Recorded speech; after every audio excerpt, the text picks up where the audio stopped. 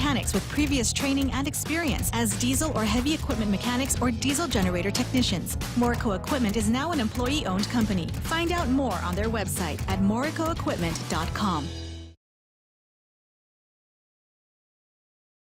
Or drones into U.S. airspace is about to take off. Drones are officially called unmanned aircraft systems. U.S. Transportation Secretary Elaine Chao says for them to coexist with manually operated craft, the program will test drones in currently prohibited circumstances. These include operations over the heads of people, beyond the line of sight, and at night. Several cities and organizations have been chosen as pilot partners to help write the rules. President Trump directed the U.S. DOT last year to launch the testing of unmanned flight operations in a nation where more than 1 million drones are registered to fly.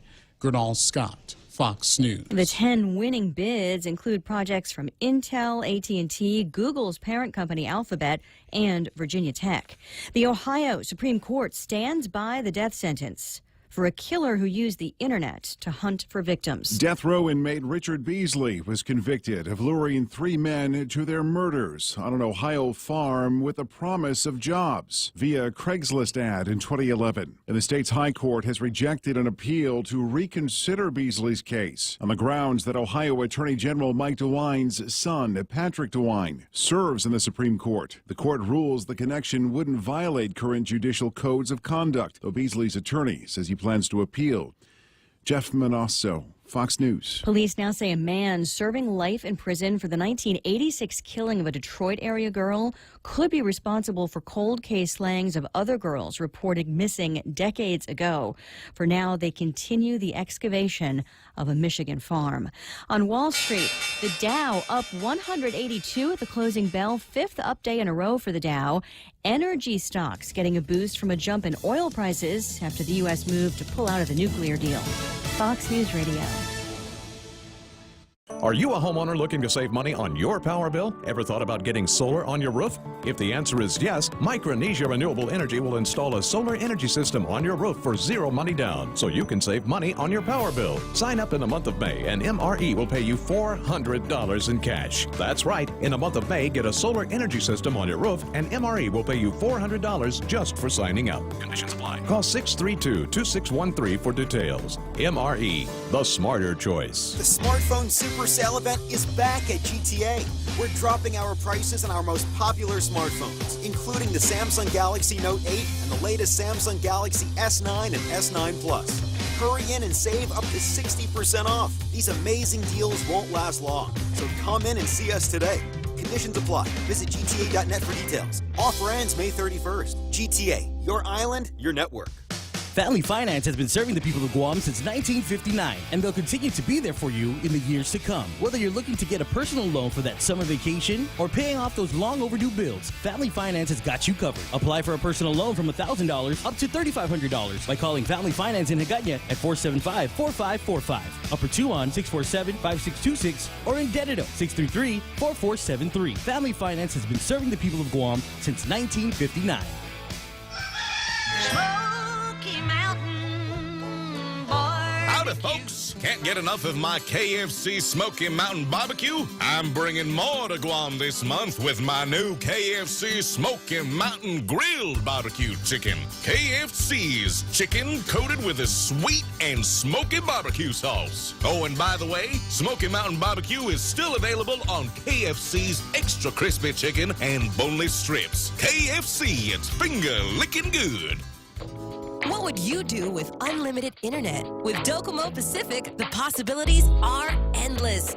Docomo Pacific is throwing off the data caps so you can enjoy more of the things you love. Watch, stream, download, and play with no end in sight.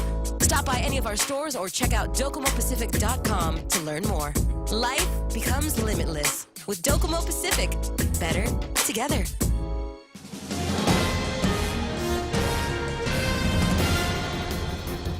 Half a day and good morning, Guam. News time here at The Point is 8 minutes past 6 a.m. this Thursday morning. I'm Kevin Kerrigan. Here's a look now at some of the top stories from the Guam Daily Post. Former Guam Police Colonel Mark Charfaris has cleared another hurdle in his fight to return to the police force. Superior Court Judge Vern Perez yesterday granting Charfaris's motion to dismiss a writ filed by the government citing a lack of jurisdiction.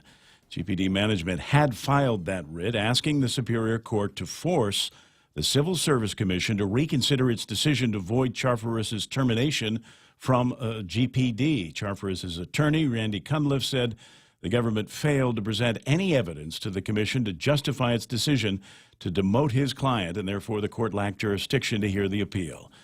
The Guam Police Department wanted to call Charfaris as its first witness during the demotion appeal before the Civil Service Commission last year, but the commission refused, saying that its rules require that an employee can only be called to testify last. Father Adrian Cristobal cannot publicly celebrate Mass or hear confession while the Archdiocese of Agana reviews 2 claims of sexual abuse that recently were filed against the priest. Cristobal was the former chancellor of the Archdiocese of Agana under then Archbishop Anthony Apparon. He has been named in 2 child sexual abuse civil suits. One victim alleges he was sexually abused by Cristobal for 15 years, while another victim alleges the priest had sexually abused him for 2 years, beginning in 1995. Archbishop Michael Burns announced that he is limiting Cristobal's role as a priest as part of a precautionary measure related to the first allegation. On April 11th, the Archdiocese withdrew its permission to Cristobal, allowing him to remain in Phoenix, Arizona on a mission, ordered him to come back to Guam immediately. He has not yet done so. A statement from the Archdiocese notes that any clergy member who continues disobedience after a warning is subject to penalties or sanctions per canon law. We'll have more news after this. Ready to buy real estate on Guam? Congratulations! But what now? There are so many questions, so many things to do. Where do you start? The best place to start is to call Century 21 Commonwealth Realty, Guam's biggest name in real estate. They aren't the best because they're the biggest. They're the biggest because they're the best. Trust the name. Find out why. Call Century 21 Commonwealth Realty today. 888-2121. Trust the best. Manila, Osaka, Fukuoka. Dreaming about your next vacation? With the FHB United Mileage Plus credit card, you can get 10% off on United Airlines flights from Guam to Manila, Osaka, or Fukuoka when you book your ticket by May 31. Book your flight on United.com at a United City ticket office or your local travel agency using promo code FHB18M. Visit FHB.com/United Fair Sale 18 for more details. Terms and conditions apply. First Hawaiian Bank, Equal Housing Lender, member FDIC. 11 minutes past 6 a.m. here at The Point. Governor Eddie Calvo has assigned one of his senior staffers, Vince Leon Guerrero, to assist the Chamorro Land Trust Commission and the Department of Land Management. The appointment announced yesterday following the recent disclosure that certain close relatives of Department of Land Management employees have been granted $1 a year public land leases in the Barrigada Heights area. A statement from the governor's office says that CLTC chairwoman Pika Fejeron sought assistance in addressing recent public concerns related to Chamorro Land Trust leases in that highly valued area of Barrigada Heights. A third of Guam students aged 13 to 15 reported using electronic cigarettes, according to the latest Global Youth Tobacco Survey fact sheet. That's far more than those who smoked tobacco cigarettes, who accounted for just under 11% of the students surveyed. 5 Guam public schools and 8 middle schools participated in the survey, which found that nearly 23% of current student smokers purchase cigarettes from stores, shops, and gas stations. In addition, among the current cigarette smokers who had tried to purchase cigarettes, just under 48% were not stopped at the cash register despite their age. For these stories and more, log on to postguam.com or pick up a copy of today's Guam Daily Post. Right now with the weather. Well, thank you very much. Partly sunny skies this afternoon. We've got some increasing clouds overnight. Hold on a second. Let me just get to a screen there where I can see what the weather map is looking like. Expect isolated showers. East winds 10 to 15 miles an hour, decreasing tonight. Daytime high should be about 88 degrees, and overnight lows of about 77 degrees. Sunset tonight at 6:38. Sunrise this morning was about 5:56. 6. And what is it that we're seeing today on the weather map? Well, Mike? pretty much the same as we've seen for the past few days. This persistent monsoonal system. That's what the Weather Service is calling it, with 97W, the big blob out to the east or to the right of those looking at the screen here. Once again, Guam, Marianas, right below the timestamp on the picture. You can see some clouds kind of trying to work their way up here, and then they just kind of fizzle out, and that's that trough they've been talking about. All of this stuff's supposed to drift over to the north and northwest while weakening over the next 2 or 3 days. No big deal, really. Just some rain. Yeah, well, that's the thing. I keep looking at that blob to the south of us come up here, and you're right. It just kind of dissipates, brings some passing showers, things like that, maybe a little bit of extra wind, but nothing to write home about. Nothing at all. All right, that's groovy stuff there. News and weather together here, brought to you by Bank Pacific. Where others put branches, they place roots. Now you can choose your favorite Nissan rides and 30 flyaways on Philippine Airlines when you play Micronesia Mall's Your Best Choice giveaway. To play, present mall receipts to win a new Versa Note SR, the Crossover Rogue Sport SV, the Heritage Edition 370Z, or you can choose a tough Nissan truck. Plus, there are great instant prizes from Burger King and Foot Locker. Win more cars, trips, and prizes when you play Micronesia Mall's Your Best Choice giveaway. Portions of the Ray Gibson Show brought to you by my friends over at King's. They're your friends, too. They'll whip up just about anything you want. Breakfast, lunch, and dinner, even though it's not breakfast, lunch, or dinner time. Always open, always local. That's King's. With the largest inventory of rental equipment on Guam, East West Rental Center is sure to have the tool you need to get your job finished quickly. From equipment rental, party rental, parts and service to used equipment, East West Rental Center has what you need. Call East West Rental Center at 646-1463 or visit them online and browse through their online rental catalog at eastwestrental.com. They're located in Upper Tumon, right across St. John's School. East West Rental Center, providing the island of Guam with quality equipment rentals since 1972. I think I got you there. Portions of the program also brought to you by Security Title, providing solutions for even the most complex real estate transactions. Stop by any Circle K today and overload your For Real. It's simple. Pick out your favorite For Real shake, blend it, and then mix and match any 2 toppings for only $1. Overload your For Real with a variety of sweet treats like Oreo cookies, gummy bears, classic M&Ms or peanut M&Ms, and Reese's peanut butter cups. Simply add them to your For Real shake for an overload experience and enjoy. For Real Overload, only available at participating Circle Ks. Circle K, take it easy. The Ray Gibson Show. Morning talk that matters. Call now, 888-TALK. That's 888-8255.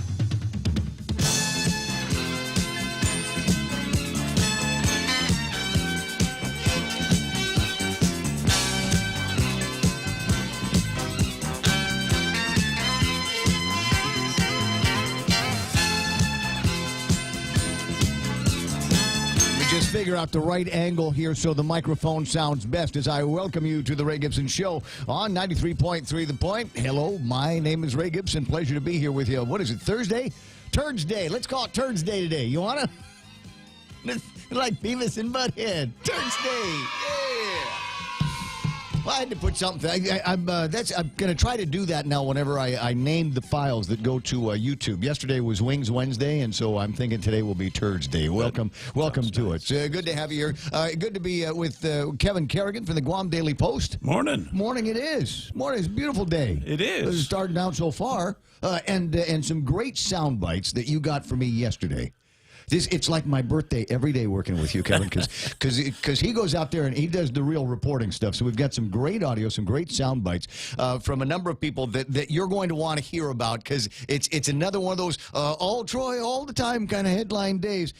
And we'll see if we can delve into this a little bit, and maybe because there was something that you said yesterday, Michael Knight, who will press the buttons on that side, and if you dial 888-8255, and if you're really nice to Mike, he'll let you talk to me on the radio. Yeah, and right? just for the record, I'm not Kevin.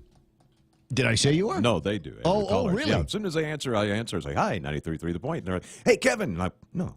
No, Oh, not Kevin. Why would they say that? Yeah. Well, we all know Kevin can pretty much do anything and probably does everything. There's the three of us that do the show. There's Kevin. He takes care of the news. I'm kind of the ringleader of this gang here, and then you got Michael Knight. So Mike is the voice, and he is the button pusher. He's the producer of the program and the arm waver. And arm waving. Yeah. There's significant amounts of that. So anyway, that's the genealogy of the program here, and there's something that Mike was talking about yesterday, and even brought up this morning while I was fretting over the fact that I forgot my coffee at the house. I make coffee the night before. Yes. I get the fixings for the coffee the night before. I put the water in the thing, and there's the grounds and the filter, and all I got to do is when I wake up in the morning, before I hit the shower, press the button. And then I press the button, and I go take care of the shower and the shaving and all of that. And by the time I come back, it's ready to pour in my canteen, and then I have that at work. Wait. Yes, that's a new container. We haven't seen that before. Yeah, I have no idea where this came from. It just happened to be. It was big enough for the Keurig that I have. But you can't drink it fast enough because it's cold by the time you get about that's halfway. Right. It comes out cold. So this is going to be one of those trying to listen. If I sound like I'm going to be ticked off about something, even more than it's because I haven't been able to caffeinate the way I'm used to. I like the big canteen and stay warm all day. I know it. It's, woe is me. Listen, if that's the biggest problem I'm going to have today, I think I'm going to be all right. But something that Mikey was talking about when we came in this morning had to do with this conspiracy theory that we've been talking about a little bit yesterday. You'd said that maybe that the connection between Troy and Dennis might not have been completely severed, and it would make great tactical sense for Dennis, maybe as among the weaker of the Democratic candidates, to be able to have somebody begin to tear down, or some people might think the stronger of the candidates, but to tear down the sole Republican opposition. Right. And as the conspiracy grows in my mind, I wouldn't put it past the entire party, the Democratic Party, to get behind something like that. But again, this is all just theoretical stuff. No, I'm not saying nobody's making. Nobody's making allegations around here. We're leaving the allegations to Troy, and so the 24 hours.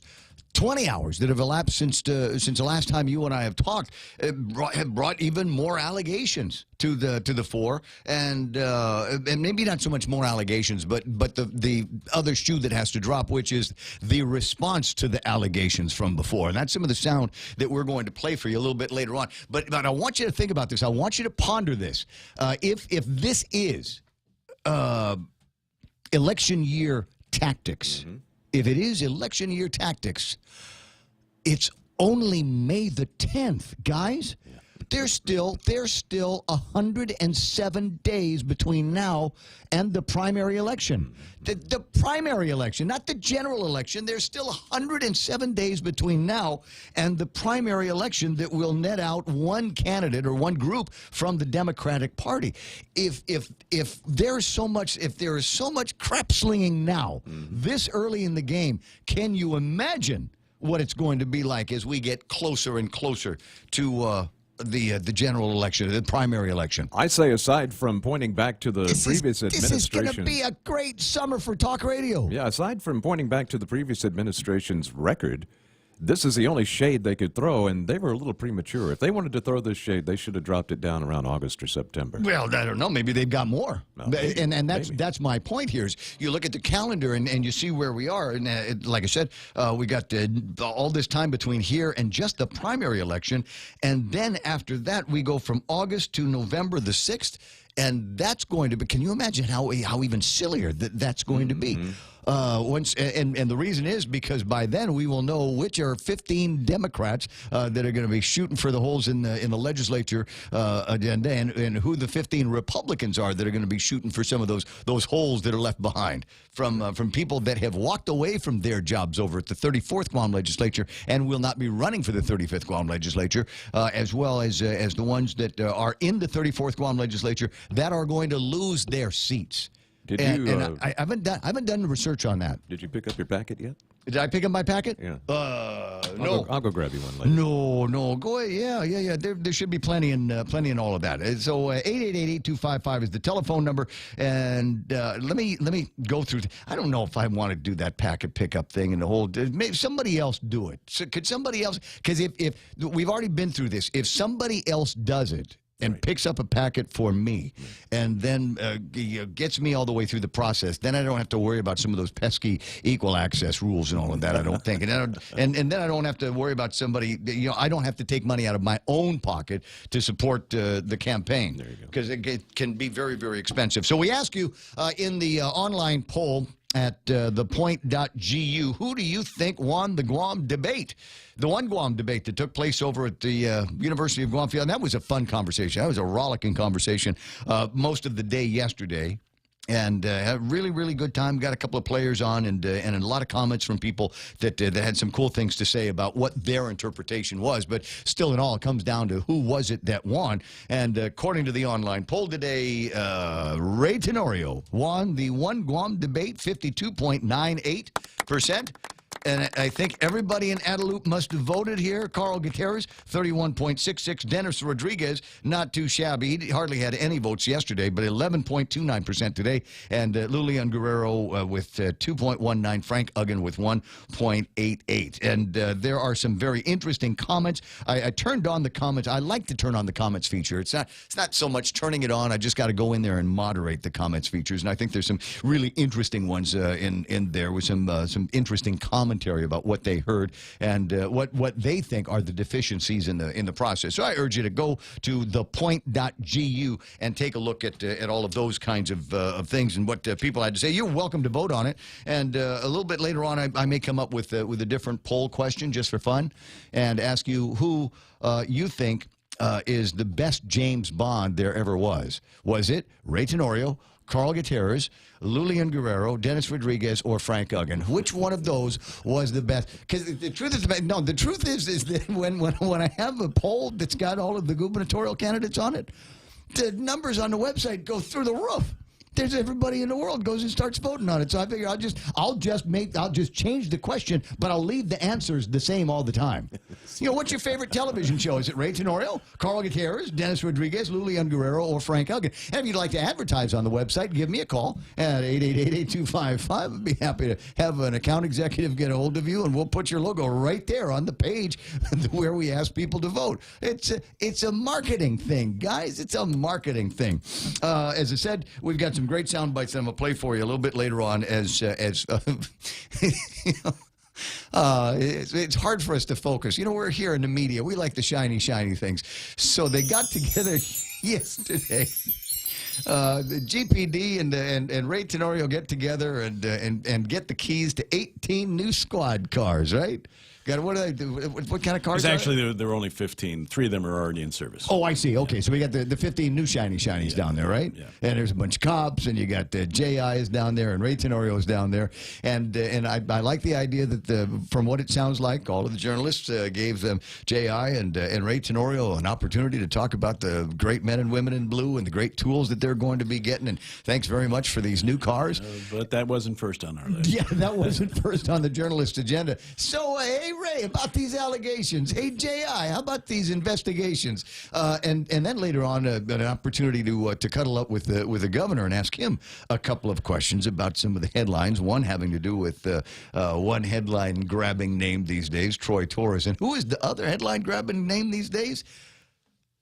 Eric Palacios is the other headline-grabbing name these days. We got that sound. We'll play it for you. Probably, I don't know, on the other side of the headlines. I've got it all lined up, and so you'll get a chance to hear it. The one with Ray Tenorio it's a little bit difficult to hear. So when I play it, I'll remind you to turn the radio up a little bit, or the live stream up a little bit, because there is a little bit of noise in the background, and it sounds like he's being urged to move away from the journalists. Is that the story? Is it describe the scene a little bit? Set it up. Well, neither Chief Cruz or the Lieutenant Governor really wanted to talk about the allegations made against them. Yeah. How surprising is that? Yeah. And they were there for that particular event, and we caught up with them afterwards or beforehand, and. Initially, the Lieutenant Governor didn't want to comment at all. He sounded agitated. It's understandable. He's been under fire for a couple of weeks now. Yeah. Okay. Well, and you'll hear that agitation in his voice. And wow. No, not if he's that. agitated now, wait till he may win the governorship. Holy smokes! It's not always going to be playing nice, but you'll hear it, and you can draw your own conclusions. There's a few other things that are floating around on my table of contents here. An interesting story that Kevin recited just a little bit ago reported a third of Guam kids are using e-cigarettes. Isn't that something? Isn't that so? They've been tricked into thinking they're safer. Well, I don't know. I mean, they're not. Who said? There are studies coming out because FDA? it's actually it's new. It's only been around about 10, 15 years. Yeah. And now they're starting to find out that these e-cigarettes actually cause a condition called popcorn lung. And I saw that in social media, and I take everything on social media with a grain of salt. Even the stuff I put on social media, I take with a grain of salt. Yeah, no, it's a real thing. And I'm not trying to find better or one or the other. Both bad for you. But generally speaking, with cigarettes, it takes years before you start seeing the effects. And these kids are getting popcorn lung after only a couple, 3 years of use. Okay, well, so it's not a good thing. Parents, here's the thing. It might be, and is it detectable? When I was a kid, I thought I was outsmarting all the old people that I was, and I had my cigarettes, and I thought I knew how to hide them good, and I thought, if I chew the right kind of gum, it'll clear up the scent of cigarettes around me. And most of the people that I knew, a lot of the adults that I knew, smoked anyway, so I figured nobody'd be able to smell it on me because their noses would be confused by everybody else. But like with these e-cigarettes, is there a clingy kind of aroma that stays on the clothes? Usually raspberries or something like that. Yeah. They like those sweet-smelling things. Yeah, some of the girls from next door will smoke these e-cigarettes or vaping. Is it Is it the same? Is vaping the same as e-cigarettes? Yes, it is. Okay, because there's e-cigarettes, there's vapor. I guess these little vapors that look like cigarettes. Right. But the process is the same. They're taking a heating element and burning up some type of oil substance, and the oil will have a scent. And in many cases, it'll also have some nicotine in it, and so that's what they do. All right. So apparently we've got to get a better handle on making sure that the people that work behind the counter in the stores are asking for identification from these people, because that's another one where the kids themselves are saying they've got ready access to this, and nobody is checking any IDs when they go in to buy. There's a story that I ran across yesterday, and I didn't have a chance to read it because I forgot I printed it out, and it was on the printer for all night. Just completely forgot. I printed it out, looked at it when I got off the air, and I said, I probably could have read this on the radio today. Just let it ferment a little bit. From the Manila Times. And it's got an interesting headline on it that it got my attention, but it also mentions Guam. At the negotiating table, Kim will eat Trump alive, is what a guy named Marlon Ronquillo has to say about this summit that they're talking about. Now, you wonder, why am I interested in this, besides the idea that I want this summit to take place here on Guam? But there is a connection that you see that he draws between Manila, and in particular, the Pampanga area, and Guam. And I'll tell you what that is. It blew my mind. I did not realize the tightness of the connection between here and where's that? Santa Rita in Pampanga. And I'll tell you about that in a couple of minutes. It's 6:30 in the morning, and time for our first look at headlines from the Guam Daily Post. There's Kevin Kerrigan. Half a day and good morning, Guam. In the headlines from the Daily Post this morning, a 35-year-old man charged yesterday in Superior Court on drug possession charges. John Jesse Pinola Montanonia arrested after a search warrant was executed on his Chalampago home. According to the magistrate report, inside the residence, police seized about 1 gram of methamphetamine, suspected cocaine, Xanax, digital scales, and a suspected drug ledger. According to the report, Montanonia admitted to police he was a drug user and confessed that the items belonged to him. Montanonia has been charged with possession of a Schedule II controlled substance with intent to deliver, among other allegations. Governor Eddie Calvo has assigned one of his senior staffers, Vince Leon Guerrero, to assist the Chamorro Land Trust Commission and the Department of Land Management. The appointment announced yesterday following the recent disclosure that certain close relatives of Department of Land Management employees had been granted $1 a year land leases in the Barrigada Heights area. A statement from the governor's office says that CLTC chairwoman Pika Fejeron sought assistance in addressing recent public concerns related to Chamorro Land Trust leases in Barrigada Heights. A third of Guam students aged 13 to 15 report using electronic cigarettes, according to a survey of 5 Guam public high school and 8 middle schools. That's far more than those who smoke traditional tobacco cigarettes, who accounted for just under 11% of the students surveyed. Survey found that nearly 23% of current student smokers bought cigarettes from stores, shops, and gas stations. And among those current smokers who tried to purchase cigarettes, just under 48% weren't even stopped at the cash register despite their age. For those stories and more, log on to postguam.com or pick up a copy of today's Guam Daily Post. It's 6:32, and that's iConnect time. iConnect wants you to connect longer for less with their incredible mobile and push-to-talk plans.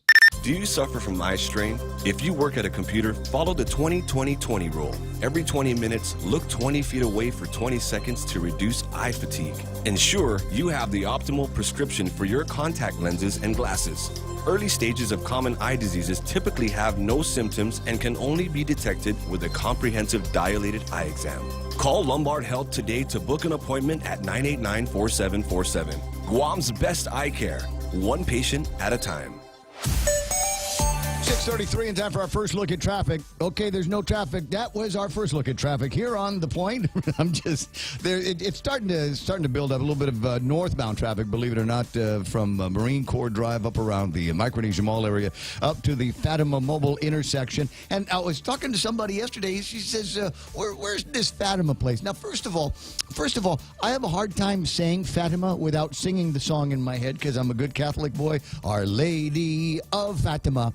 So I had to show her on the map, and she's, oh, I get it now, understand completely. So yeah, that area there with the new flea market and all of that, and that was part of the other conversation. How that got started was she was talking about going someplace to get really, really good fresh vegetables, and I said you've got to try the flea market. I mean, it's all laid out perfectly there, and the great variety, an interesting variety. But I warned her. I said the problem is you're going to go in there looking for vegetables and some really good fresh stuff, and you're going to walk out with like 10 gallons of Tahoe. She gave me that question, like, what's Tahoe? I said, never mind. We'll go together, and then you can find out for yourself. 6:34, that's enough traffic for you. Be right back with the story from the Manila Times. For more than 40 years, we've managed our island's most precious resource, your health. Take Care's benefit plans allow members access to more than 120 medical providers, 40 dental providers, and 18 pharmacies in the region. Take Care's health plans ensure members in Palau, Saipan, and Guam receive the care they deserve. Our programs and wellness classes have proven results for our valued members, and our commitment to your health never been stronger. Take Care, our island, your health plan. The Ray Gibson Show. Any speaker, anytime. Watch and listen live on thepoint.gu. I can talk now? You pointed at me, so I'm assuming that means I can talk. Hey, Annette Donner's online. Annette Donner watching the Facebook feed from Haifa, Israel, if I remember correctly, where she is geographically. That's nice. Off-island listener. Richard Yu is there. Haifa partner. Mark Mendiola. Rosemarie Ogo. There's Beck Salazar. Roger Martinez. I see Roy Burgess on the screen. Jerry Roberts is on early. Jerry's going to be with us a little bit later on and give you today's extra point. Now, I don't know what it is, but since he is on early, and maybe we can make this the point of some upcoming extra points. The other day I was reading motivational phrases from despots. I read this one from Stalin and. Well, I mean, even though they were despots, and Stalin's motivation is a gun to the head.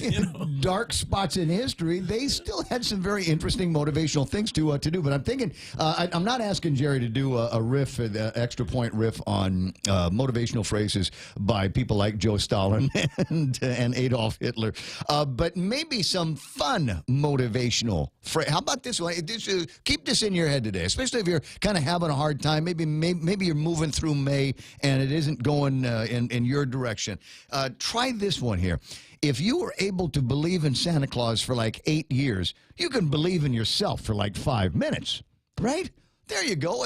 Put it into a little bit of perspective, right? If you're able to believe in Santa Claus for like 8 years, maybe you could believe in yourself for just 5. And those wise words were from? I found it on the web. Oh, okay. Because I saw Jerry and I thought let's have some fun with it. From Santa Claus. Never let anyone treat you like a yellow starburst. You're a pink starburst. Or this one, be like a postage stamp. Stick to a thing till you get there. See, if you were Jerry Rupp, you could riff on this stuff. You could pick one and riff on it for a whole day. You could do a week of this stuff.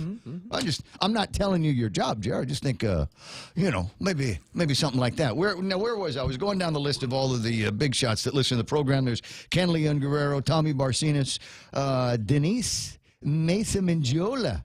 Hey, good morning. She was the one that was asking me about. No. It was another friend that was asking about Our Lady of Fatima. Hey, Brad. Good morning. Joseph Peda, Annette Ada. And Annette was the one that told me that whenever I see her name, it's probably her husband, Tony, that has got the radio on. Just the one account there, huh? Facebook is free. You can get more than one. Charlene Marchessault, there's Paris Bloss. We'll always have Paris. Carl Pangolina with a K. Eunice Mendiola. Jim Howard, Nick Perloski, a bunch of other people, Levon and Juanita. And it's great to have everybody here this morning. It's, as I've said, it's kind of a happy hour thing that we've got. There's another off-island listener, Sahara Defensor, has joined us. Boy, you want to talk about somebody that is taking a great deal of interest in her social media posts on all of the allegations and the denials at the administration. She's been certainly keeping up on all of that, and some interesting comments that she shared. Not just in private messages. In fact, I haven't received any private messages, but there's some interesting comments that she has made on her public facing Facebook page. Mary Fair, it's good to see you there as well. 6:38, and in a story that I saw yesterday, and I completely forgot, and it was on the printer, but I bring it to you now. It's from the Manila Times. Some of you might be familiar with Manila. They tell me it's a city in the Philippines, on the western side of the Philippines. No kidding. Yeah. Well, food's supposed to be really good, and everything is supposed to be very cheap. At the negotiating table, Marlon Ronquillo writes, Kim will eat Trump alive. Provocative already, right up the top. It's all, and in the article he goes on to explain why he thinks Kim will eat Trump alive. But it's the stuff at the beginning that caught my eye. And pardon me, I know you don't like it when I read things to you, but this is just too rich to let go. Those who say that the peace initiative involving the U.S. and Stalinist North Korea is not a local concern, in all probability, do not have relatives in Guam. We do, which is the reality in most communities in western Pampanga. The collection of 6 towns represented in Congress by former President Arroyo. When our Guam-based next of kin panic as a result of Kim Jong-un's threat to pulverize Guam with nuclear warheads, we share the same sense of panic. So, with bated breath, we're looking forward to the peace summit between Mr. Kim and Mr. Trump. To illustrate the interest of our district in the meeting, let me cite one basic fact, and this is the thing that blew me away, guys. The number of Guam Phil-Ams and Guam Pinoy OFWs from the town of Santa Rita, Pampanga alone, this is a small town in GMA's district, may outnumber the whole Guam-based Phil-Ams and Guam-based OFWs from the entire Visayas region. One barrio of that town, San Basilio, is built on a single economy. Stand by for mind blown again. Money coming from Guam. Let me repeat that. One barrio of that town, San Basilio, is built on a single economy that is money coming from Guam, and it has rows upon rows of semi-mansions to prove it. The personal physician of Bill Clinton during his presidency, then Navy officer Connie Mariano, is from Santa Rita, and several hundred of Marianos are based on Guam. Did you know? I did not know that either, and that a substantial amount of money that leaves Guam goes there to support, what did he call them? Semi-mansions. But there is the thing. While we are hoping for the best outcome, we know that one fact stands out. Kim is far more astute and far more clever than Mr. Trump and is far more determined to get the better of the U.S. president in what appears to be a locked-in agreement to talk peace. The only thing I really know about Pampanga is they suffered greatly during the eruption of the volcano there back in the 91, and they really good longanisa comes from there. There's a connection every day. I'm trying to remember. There's a couple of stories that have been floating around about really, really good Filipino cacao, and there's a lady, I guess, that is running around town doing demonstrations on making the cacao and turning that into before there were chocolate bars. That's how people got their chocolate. Right. Is they fix it all up that way, and they tell me they go to the chocolate house in Agana. It is based on that tradition. It's the sweet dessert, and it was something that was prepared for special guests of the Spanish government back in the old days. Anyway, 6:42 in the morning, and I thought that was interesting. Did not realize that Guam and our seemingly micro economy around here was still and all providing an impact in other places. In particular, this San Basilio in the Pampangas. Anyway, interesting story. 6:42. Another interesting story. Second time this week I've had a chance to get Peter John Camacho on the line. I want to congratulate you on scoring, what is that, $600,000? Yes, sir. Nice. Welcome to the program. So what is it that now Guam Memorial Hospital has got $600,000. It's essentially coming from GRMC through GITA. Is that right? Yes, that is their qualifying certificate community contribution, I believe. Okay. It got kind of a long name, but that's part of the program that they've signed up for. They get the tax abatements and all of those kinds of things, but it doesn't necessarily free them up from other obligations. They've got to do a certain amount of hiring. They've got to do a certain amount of paying attention to other people in the community that might also need some dough. And in this case, it's Guam Memorial Hospital. It seems to me that you might have a couple of places to use that money. Where would you like to stand up? What would you like to buy with $600,000? Well, in the hospital area, there are four areas that we'd like to look at. One is our radiology, one is our dietary department, one is our medical laboratory, and then just in the general patient care areas. Is there anything specific that you were looking at? It's all equipment. So it's going to be things like that. I don't have the details in front of me, and I can call you back and get that to you. Yeah, at some point. I'm trying to remember what it was, the things that the hospital administration had been asking for over at the legislature, and I'm trying to remember what in particular those specific items were that were needed right away. It's all going to be, like I said, an equipment, and there may be some things that we had submitted to the legislature that we put in there as a need, and this opportunity would then, alleviate some of that need from the legislative side. Right. I'm just trying to remember what some of those priority items were. I guess I'll see what you send me and see if it rings any bells from conversations that I know that you had, and you and Benita and others have had over at the legislature. When do you anticipate getting this money? The way it works is that we put the requisition purchase order together, and then GITA would release the payments for that. Okay. Now, based on the recent Joint Commission investigation, the recent CMS survey that took place over at Guam Memorial Hospital, will certain items rise to the priority list based on their recommendations or their findings? These are other needs that we have, sir. They address other needs. Yes. Okay, understood. Well, let me know when you got that list. My email address is raygibsonradio@gmail.com. Okay. All right, appreciate it. Peter John Camacho, congratulations, $600,000, a little bit moving Jim H a little bit closer to the black. I'll see you soon, Peter. Thanks, Ray. All right. It's the Ray Gibson Show on 93.3, The Point. 888-8255 is the telephone number. Among the things that we are celebrating in the next couple of days is the return of Guam Major League Baseball. And I had Mark Colby on the radio not too long ago talking about him looking forward to going in and doing a site survey, figuring out where he needs to be able to plug in his gear and return as the voice of the Guam Major League, calling some baseball games. And when that happens, if they've worked it out properly, whenever Mark Colby goes to the bathroom, then Michael Knight should be able to sub in and take care of some of that play-by-play, as he has done that in the past. Now, if he can't do it there, maybe there's some high school sport activities that Michael Knight can do some play-by-play for. I don't know. Let me see what John's got to say. Good morning, John. Hey, good morning, Chief. How are you? I'm okay, Chief. Did you just call me Chief? That's high praise. Roger that. That is high praise. It takes a while for somebody to get the title Chief in this town.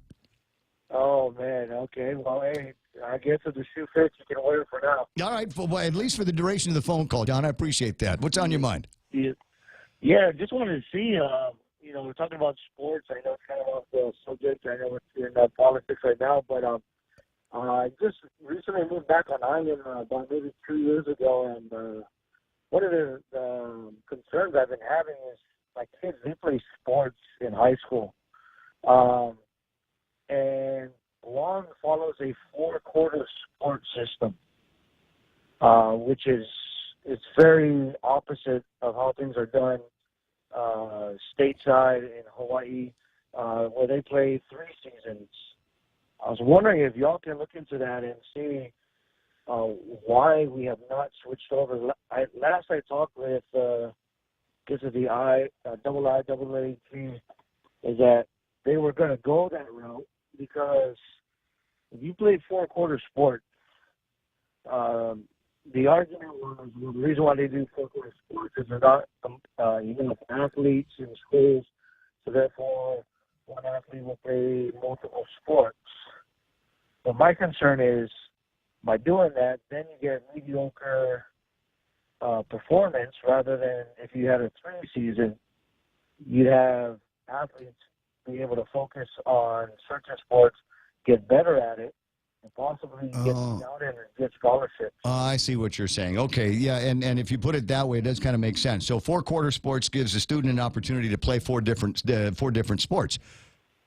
Yes. Right, as opposed to a 3-quarter system where they would have to prioritize their top 3 sports, or maybe just stay in a single sport and work on excelling in that sport. So, track and field for 1 quarter, volleyball for another quarter, soccer for another quarter, as opposed to track and field, soccer, volleyball, and basketball. Yes, that's correct. Because I know when I was going to school here too, we had, as athletes, we played almost all sports, and so you get this, all island, status, but you weren't putting out 100% because there's no true strength and conditioning going into the next sport and then into the next sport. So I wanted to see. I know they have a meeting, all the athletic directors, May 25th or 26th. It'd be great if parents could chime in, because at the end of the day, it's always about the students. And your preference is a 3-quarter system? 3-season. Or 3-season system. All right. Yes. Well, I'll tell you what. You know what? We got a sports guy. Blake Watson comes in about 8 o'clock to talk about sports, and I'll ask him about that. And no doubt it's something that he's covered in his time as a sports reporter. And see what? No, I don't mind. No, I don't mind at all. It's look, there's politics in sports just like everything else, and so it might come down to a political reason why they're still in a 4-season system as opposed to a 3-season system. Maybe just why I'm trying to push for the student to be first. What would the big question, John, is what would Carl Gutierrez do? What would Carl do? What would Ray Tenorio do? That's the big question. Well, why we're still in the 4-season system? Because Troy. We're going to find out first who is a real James Bond. That's right. That's right. Thanks for listening, John. I'll talk to you pretty soon. Thanks, Ray. All right, buddy. That's fun. He gave me the name Chief. That's very rare. But I appreciate it. 888-8255 is the phone number. 888-8255. Is the Avra up? Are we up on online on the Avra? Because it's time for me to play some audio. I've been teasing this all morning long. Here's the deal. The guys got together, journalists got together with Ray Tenorio, J.I., at Dataloop yesterday, the presentation of the keys for 15 of 18 new squad cars.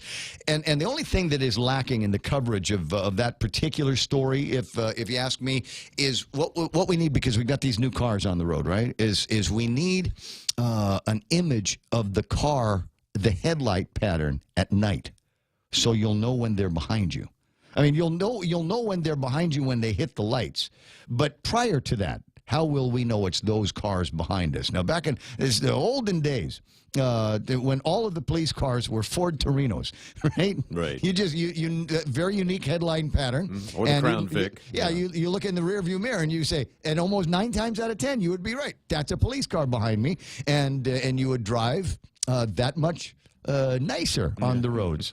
They start using different vehicles. It's like, hey, that's not fair. You're going to change out the familiar headlights. That's what you need to do, is you need to give us a fighting chance here and let us know what those things look like when they're in our rear view mirror. So we need an image of that, number one. But anyway, the guys got together yesterday, and the journalists apparently didn't even wait for him. If the story is the way Kevin presents it is right, you got to Ray Tenorio even before. No. We spoke to Ray after the. Oh, you did? Okay, you talked to Ray after. Okay, so there was a little bit of that. But Ray Tenorio, not so much on... Spoke to Chief Cruz before. Chief Cruz before, Ray Tenorio after. But we'll start with Ray because it's Ray's response now to the allegations that he smoked ice in front of, I want to say unnamed because it's not completely unnamed. Now apparently there are some initials floating around, and Ray Tenorio was witnessed by these 2 initials smoking ice, and the folks over at in the journalist.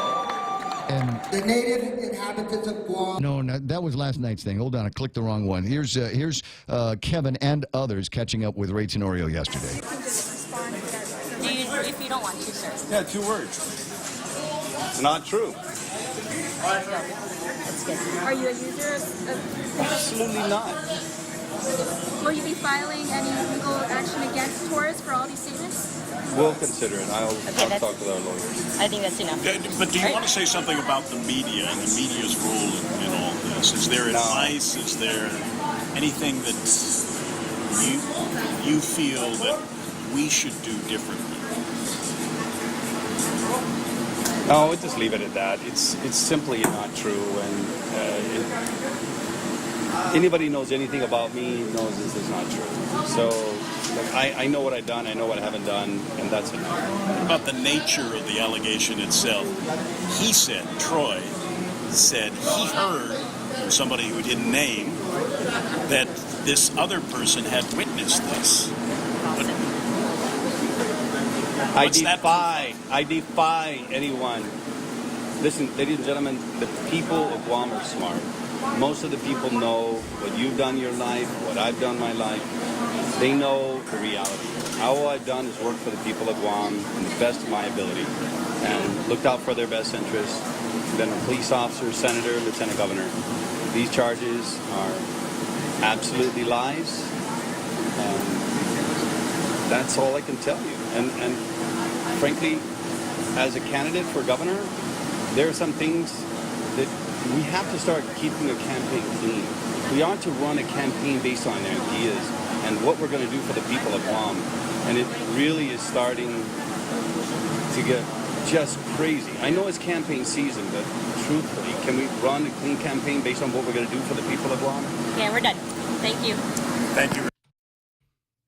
And those Ray Tenorio's comments yesterday in an interview, and a couple of points that he makes is, I know we're in the campaign season, and the point that I made at the beginning of the show just a few minutes ago is we're early in the campaign season. If this is campaign tactics, if this is part of some overall strategy to smear Ray Tenorio, the sole team that is going into the primary election for the Republicans, I couldn't tell you whether it's working or not, but I will tell you that if this is the nature, if this is the tenor of the game, 107 days away from just the primary election. Can you imagine what it's going to be like down the road? 6:55 in the morning, and one of the other things that stands out from the, after having heard that a couple of times, is he's got handling going on. There's had somebody that was trying to conclude the conversation almost right away, almost immediately.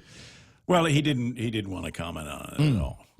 But that was a press aid. Oya Nirarikral is off island for family business, and that was Tina Blas. And so he got that word out, and within a heartbeat, he said, "Okay, that's enough. Let's go. Got to get out of here." Yeah. Well, all right. Not unusual. No, it is for me because I don't generally get a chance to be in those press situations. Yeah. I'm more likely to see him at a gala or something like that. I think I got time for another soundbite, and this one here is with Governor Eddie Calvo, and it's interesting because it starts to answer a question about drug testing at the administration, and he refers to random drug tests, and that's the thing that's interesting to me, and I'll tell you why after we play the soundbite. So here's Kevin with Governor Eddie Calvo. My staff meetings, I tell people my disdain for this drug problem in Guam, and my desire to fight it at every angle. And I have asked Troy in the past if he was taking drugs because I did note certain rumors or personality issues that I saw with him, and he's denied it. So I believe him. So, obviously I feel pretty bad about it because, for him to be taking drugs in my administration, it's something that I would never have approved of if I had known. But, of course. He's made accusations that other members of the administration took drugs. And that's where I go back because we pushed for ensuring that everyone takes a drug test. Everyone in our administration should have taken a drug test. And for these rumors to be about me, I'm questioning how did Troy come out clean? But I thought I requested once a year or at the start. Different times at the start, but also as we've done random drug testing around the government, I've also looked towards ensuring that we have random drug testing up here as well. So, I like I said, drug abuse is right now. It's a stain on our island, and it's causing major societal disruption. I do not want to see any type of drug abuse in our administration, and I've been... And that's the conclusion of that particular soundbite, obviously. And he refers to drug tests at the administration. I sent out a note to a friend of mine yesterday and asked about if he would tell me the number of drug tests that have been done at the administration. Have not gotten an answer on that. And he refers in that soundbite to random drug tests. But it was October of last year that the opinion of the Attorney General was that random drug tests were illegal in violation of the Fourth Amendment. So something that struck me in the statement that he just said, and I'm sure Kevin kind of fixated on that too. In the beginning of the statement, he asked Troy if Troy were using drugs.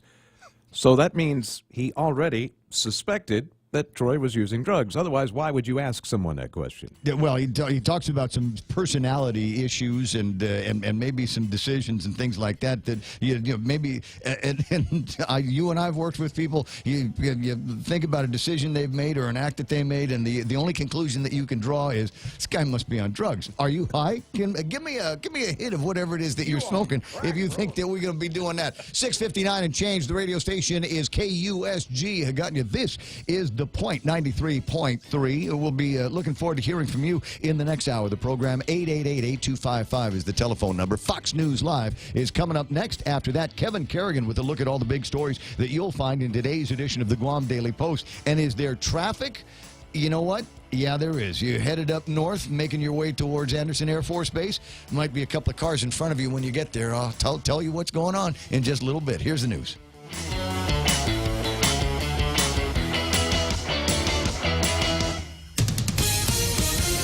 Live from New York, the Fox Report. And Lisa Brady. President Trump and the First Lady will be there to greet 3 former detainees when they arrive back in Washington around 2 a.m. from North Korea. They were freed after Secretary of State Mike Pompeo met with North Korean leader Kim Jong-un then went back to his hotel. And the reporters who were traveling with Pompeo asked the secretary if he had secured the release of those 3 American detainees. Pompeo would only cross his fingers at that point. Then a U.S. official says a North Korean official showed up at the hotel and informed him that, yes, Kim Jong-un had decided to release the 3 Americans, Tony Kim, Kim Hak-song, and Kim Dong-chul. Fox's Rich Edson at the State Department. President Trump calling it a special time during a cabinet meeting today. Nobody thought this was going to happen. And I appreciate Kim Jong-un doing this. But his goal remains total denuclearization, and the White House says that is the top priority for the upcoming summit with Kim. Pompeo finalizing details for that, but they haven't announced those details yet. Past interrogation policies dominating the confirmation hearing for the president's nominee for CIA chief. Fox's Jared Halpern, live on the Hill. In a hearing often interrupted by protesters, Gina Haspel repeatedly assured senators she has no intention of bringing back a controversial CIA detention and interrogation program run in the aftermath of the 9/11 attacks. CIA does not today conduct interrogations. We never did historically, and we're not getting back in that business. Haspel told senators she doesn't believe torture works and thinks President Trump would not ask her to resume waterboarding terror suspects. Kentucky Republican Rand Paul has signaled his opposition to Haspel, though a handful of Senate Democrats are expected to support her confirmation. Lisa. Thanks, Jared. 5 in a row for the Dow, up 182, back over 24,500. Fair and balanced. Capture moments with Mom forever and remember her special day. Hi, Mom. Even though I always think about you a lot, you've been on my mind lately, especially with Mother's Day coming up. I'm definitely the proudest of all to be your daughter. Happy Mother's Day, my lady. I love you. Happy Mother's Day. Get $50 off Samsung S9, S9 Plus, and a free wireless charger. Some conditions apply. Docomo Pacific, better together. In this divided world, there are still a few things that unite us. The thrill of an exciting championship game. Fires to the end zone. Touchdown! The sound of great music. The Grammy goes to... And the love we have for that perfect burger. Ruby Tuesday Guam presents to you For the Love of Burgers menu. For a limited time, we want you to put down that fork, tuck that napkin in your collar, and go for broke with an amazing burger for just $11.99. 8 burgers to try, and time is a-wasting. Ruby Tuesday Guam lunchtime. See you soon. Council. California is making it mandatory for new homes to have solar panels. State law says half of the state's electricity has to come from non-carbon making sources by the year 2030. So the California Energy Commission has approved a plan requiring the use of solar for new homes built starting in 2020. It would add an additional $8,000 to $12,000 to a mortgage in a state with already high housing costs. But Mazi Shirak, who works on efficiency standards at the commission, says that's outweighed by energy cost savings. The savings are about $19,000 at the present value. This is a very conservative assumption. Most of the public comment was in favor of the solar plan, though one group representing HVAC equipment makers asked for a delay in new efficiency requirements. Fox's Jessica Rosenthal. You can hear more on this in our podcast, the Fox News Rundown, tomorrow morning at foxnewsradio.com. Tainted romaine lettuce is still making people sick. The CDC update adds 4 more states, bringing the total to 29 in this food poisoning outbreak. 149 people have been sickened so far. The lettuce is suspected to have been grown in Yuma, Arizona, an area that provides most of America's winter output of romaine lettuce. To date, 1 person has died from the illness. The CDC also says 64 people have been admitted to hospitals. 17 are reported to suffer from kidney failure. Fox's Gernal Scott. Health officials say if you're not sure where your romaine lettuce is from, toss it out. Military moms honored at the White House. Your love, resilience, and courage uplifts our heroes and indeed our nation. We are forever in your debt. The president speaking at the annual event hosted by the First Lady, who extended early Mother's Day wishes to all moms, saying they should be celebrated every day. In New York, I'm Lisa Brady on Fox News Radio. Are you a homeowner looking to save money on your power bill? Ever thought about getting solar on your roof? If the answer is yes, Micronesia Renewable Energy will install a solar energy system on your roof for zero money down, so you can save money on your power bill. Sign up in the month of May, and MRE will pay you $400 in cash. That's right. In the month of May, get a solar energy system on your roof, and MRE will pay you $400 just for signing up. Conditions apply. Call 632-2613 for details. MRE, the smarter choice. Security Title is honored to join in sponsoring Ray Gibson on The Point. Buenas and half a day, Guau si Claire Menglotnya of Malolo, and this is where I start my day, listening to the voices of our community and sharing thoughts about issues that affect all of us. It all boils down to our people and our land. Protehi itanotmu, protect your land. When it comes to your family land, remember to call the professionals at Security Title, just like you call Ray Gibson in the morning. Connecticut water treatment customers don't keep coming back. They're satisfied the first time. That's right. Connecticut non-electric water treatment systems take care of your water problems, and you won't need to keep calling us for repairs. Join the list of satisfied Connecticut customers who purchased their non-electric water systems years ago and are still enjoying clean, conditioned water without any hassles from timers or circuit boards. American Water Tech. Smarter water, better water. Call American Water Tech at 649-2301 or email them at info@americanwatertech.com. Circle K has just made it easier to select products that are better for you and your healthier lifestyle. When looking for items that are low carb, low sodium, low calories, low sugar, high in antioxidants, or high in protein, just look for the easy to spot better for you labels so you can find these items at a glance. Come by and see for yourself. It has never been more convenient to fill up on anything and everything that are better for you. Circle K. Take it easy. Manila, Osaka, Fukuoka. Dreaming about your next vacation? With the FHB United Mileage Plus credit card, you can get 10% off on United Airlines flights from Guam to Manila, Osaka, or Fukuoka when you book your ticket by May 31. Book your flight on United.com at a United City ticket office or your local travel agency using promo code FHB18M. Visit FHB.com/United Fair Sale 18 for more details. Terms and conditions apply. First Hawaiian Bank, Equal Housing Lender, member FDIC. Just after 7 o'clock in the morning, and Mike and Kevin say there was an earthquake. They felt it. I didn't. We're running around the internet looking to find out what those preliminary numbers are going to be. What do you think it felt like? I felt like about a 5 to me, and my monitors were rocking here. It was, but it didn't last very long. You want to take a guess on it, Kev?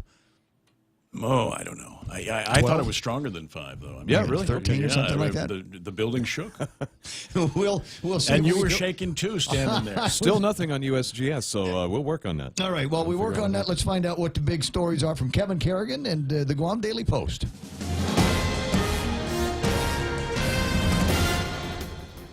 Half a day and good morning, Guam. News time here at The Point is 8 minutes past 7 a.m. this Thursday morning. I'm Kevin Kerrigan. Here's a look now at some of the top stories from the Guam Daily Post. Lieutenant Governor Ray Tenorio vehemently denying accusations that he purchased and smoked crystal methamphetamine 3 years ago, calling former senior aide and confessed drug user Troy Torres's allegations reckless and false. Torres has alleged that a federal informant with the initials VQ told him that Tenorio had purchased meth or ice and smoked it in front of him. Any insinuation or allegation that I ever smoked ice is absolutely false, said Tenorio in a statement.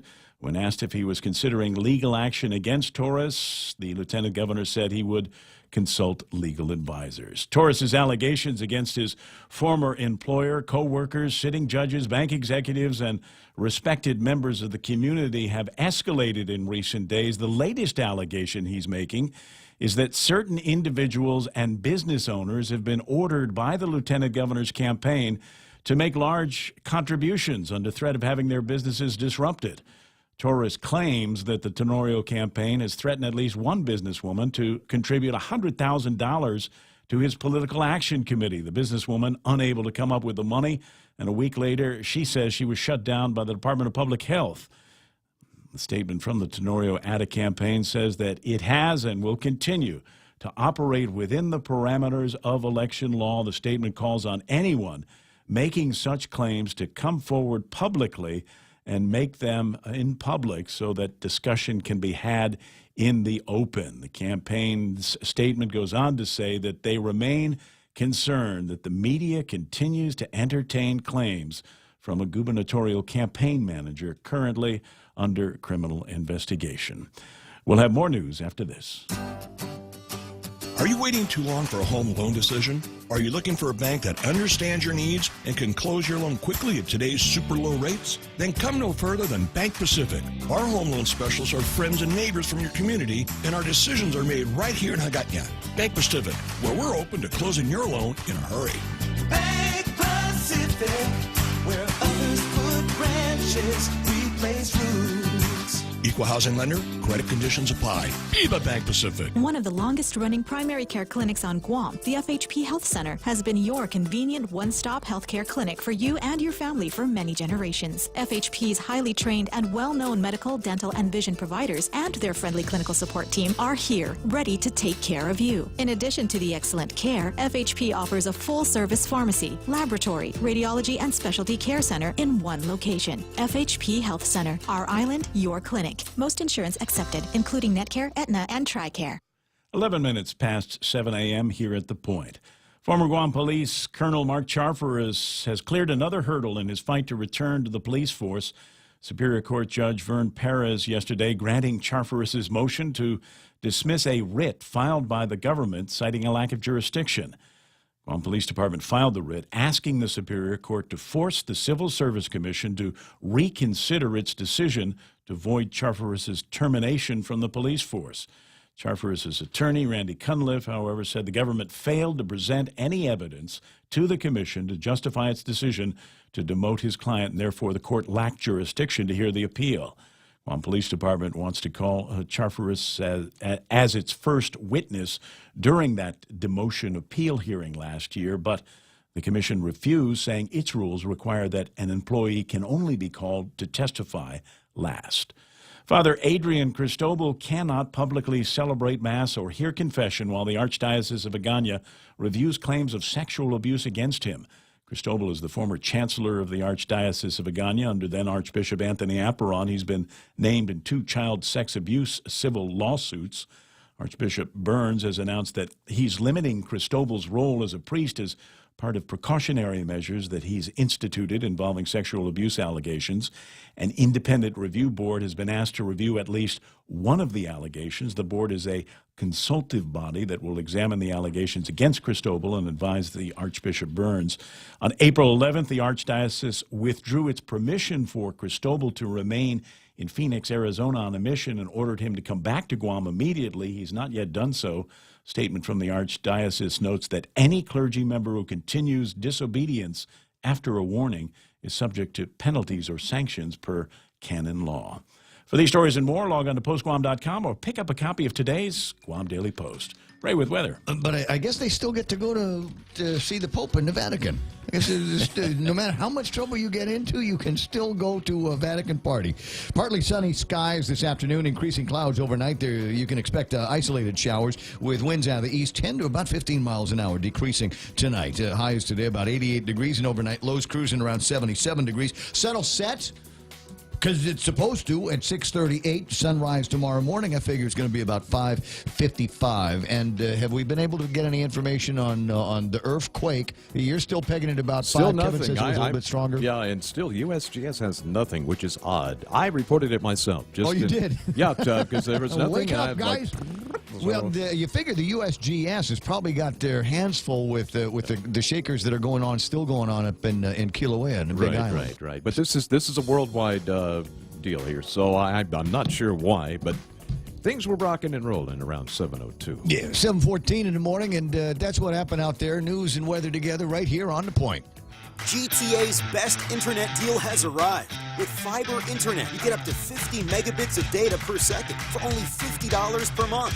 And if that's not enough, Fiber Internet 50 plan includes free Wi-Fi. But this offer will only last through the month of May. So sign up today and get ready for faster downloads, more streaming, a better gaming experience, and a stable connection across multiple devices. Conditions may apply. Visit GTA.net for more details. GTA, your island, your network. Yeah, buddy. Portions of the program brought to you by King's Restaurant. I don't know why they have locks on the doors over at King's. They're always open. That's the idea. You want to get there anytime, 24 hours a day, and settle into your favorite particular King's meal. And we all have one. We all have one. And maybe a thought here, just to get it out of my head. I'm the guy. I go in there. I order the same thing all the time.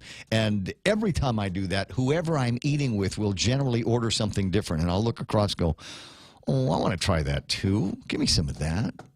So maybe reach out. You know, there's more than one page on the menu. Try it today at King's. Don't wait another day and waste another dollar. You can start saving today. At Guahan Insurance Services, we are here to help protect your investment and save you money. We offer insurance advising for business, car, and home insurance. So come and visit us at our new office at Camacho Landmark Center at Marine Corps Drive in Timoning, and let us show you that you can count on us for all your insurance needs. Call 475-1162. Portions of the program also brought to you by the guys over at First Hawaiian Bank. I mentioned it yesterday, and I'll mention it again today. They are in the midst of a relief effort now for families that have been displaced because of the lava flows on the Big Island. So if you've got a couple of extra bucks in your pocket, just give it to Ed Antalan. I know he's your favorite banker anyway. Give him the money and say, here, put this in the kitty for the Kilauea victims. Otherwise, you should be able to do it online, or just go to any First Hawaiian Bank location, where it all starts with, yes, we would like to help. Hey, it's your stomach again. Subway has all new signature wraps, and around the water cooler, the other stomachs can't stop talking about them. Chipotle Southwest steak and cheese, turkey, bacon, and guac, rotisserie-style chicken Caesar signature wraps. Listen, if I'm honest, as a talking stomach, I don't have a lot of life experience. But I do know one thing. These signature wraps are jam-packed with meat. So what are you waiting for? I'm growling over here. Subway, make it what you want. The Ray Gibson Show. Call now, 888-TALK. That's 888-8255.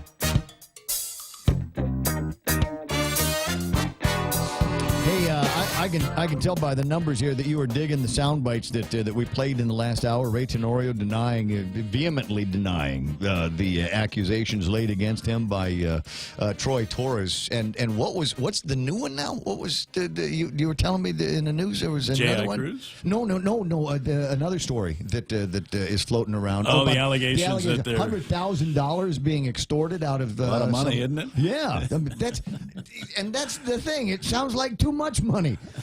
It sounds like too much money. It's $100,000. You can give me $100,000. The allegation is that Ray Tenorio now has weaponized the Department of Public Health's Environmental Services. And well, you got to examine the source. Who's making the allegations? Who's making the allegations? But there's another one today, and a whole new allegation that people are going to have to address. And maybe there'll be a couple of opportunities to go and find some of the folks that are involved in this. No secret that the guys at Public Health Environmental Services have been knocking on doors and checking for roach droppings and roach parts and various other vectors that you can find in a kitchen that is unkept. And for the most part, most of those demotions and degradings that they have found closures of restaurants. In fact, one yesterday, and somebody I was cruising around with yesterday was really disappointed because they said, that's my place. I like to go there. What do you mean they closed down? And but for legitimate reasons. You know, there's this food code, and if you are going to be in the food business, you have to follow the food code. So it's interesting, number one, that there is another allegation. Number two, that is an allegation that somebody has been shaken down to the tune of $100,000. That sounds like a lot of money to throw at a campaign. I can't think of too many restaurants around here that have that kind of fast, loose money that they can throw at a campaign. Even if if they wanted to get shaken down. And then there's the other part of it where it's the unsubstantiated claims of clearly somebody that is raving and has not yet made any official complaints. And is a confessed drug user. There we go. So it's another interesting morning. We'll play around with some of the topics there in just a second. But what we got to do right now is take a look at what happened on the markets. Let me give you some numbers here for those of you that are wondering where the markets ended up. They're all green this morning. S&P 500, 26.97. They're up by 25 points. NASDAQ up by almost 75 to close at 73.39. Got money in the Dow Jones Industrial Average. Well, today's a good day for it. Up 182 points. They're back around the middle of 24,542. The FTSE is up by 96 points. Nikkei off. It'll close yesterday off by 99 points. It'll open this morning at 22,408. Hang Seng Index is up by 133. Shanghai at 3158. They're off by a couple of points. And the Misery Index is down, thankfully. The Misery Index generally moves opposite to where the rest of the markets are, as it has done today. Gasoline prices jumped to the highest since Hurricane Harvey. We're looking at oil. West Texas crude trading at about $71.24. That's up by $2.18 a barrel. Oh, it's going to be a hard time for some of our stateside brothers and sisters. Out here, we get Tapis crude. Tapis down by a couple of cents, but it still trades very high. It's $77.01 for a barrel of Tapis crude. Not the most expensive thing in the market today. If you wanted to buy among the most expensive oil today,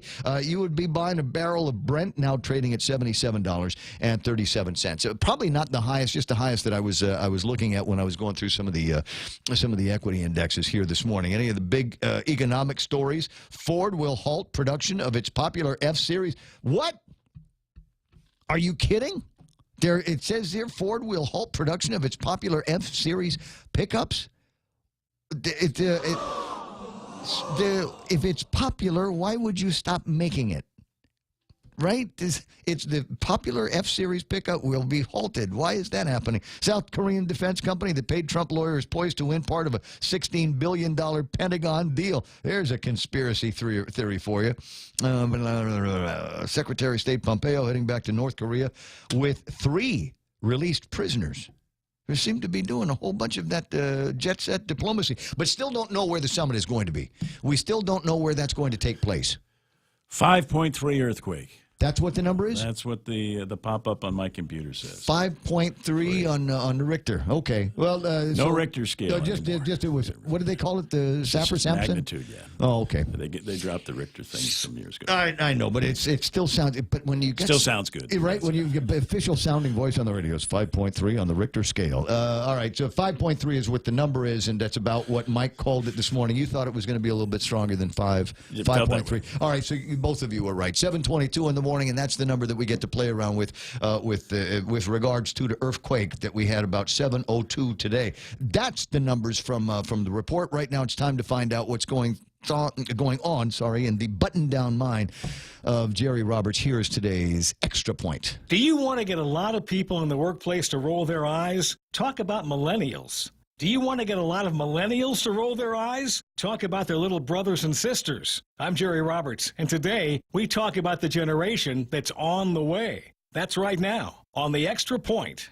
It's called Generation Z, with members born starting in the late 1990s and the oldest now entering the workforce. The first thing to know is that they are not like their older siblings, the millennials. While millennials, or Gen Yers, are optimistic, some say they have unattainable expectations. Gen Zers, by contrast, are downright realistic. They grew up in the post-9/11 world, know the threat of terrorism, as well as tough economic times in which their millennial siblings came back home to live with a college degree, no job, and a mountain of debt. They don't want that. They are more businesslike than millennials, and not only understand, but embrace that it takes work to get ahead. They are curious, self-driven, and eager to harness new technologies that will propel them forward. According to a survey conducted by market research firm Ipsos and Wikia, an internet platform, Gen Zers are plugged into their devices about 10 hours per day. Yet, some 63% unplug while at work or school, showing they understand the need to focus on the tasks at hand.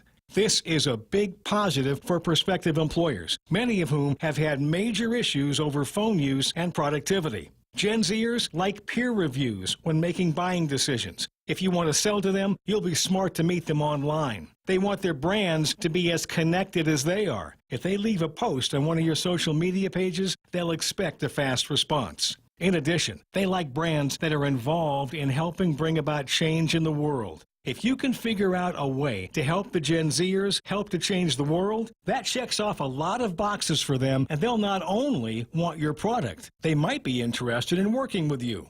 Companies that are involved in continuous training and development will be employers of choice among this group.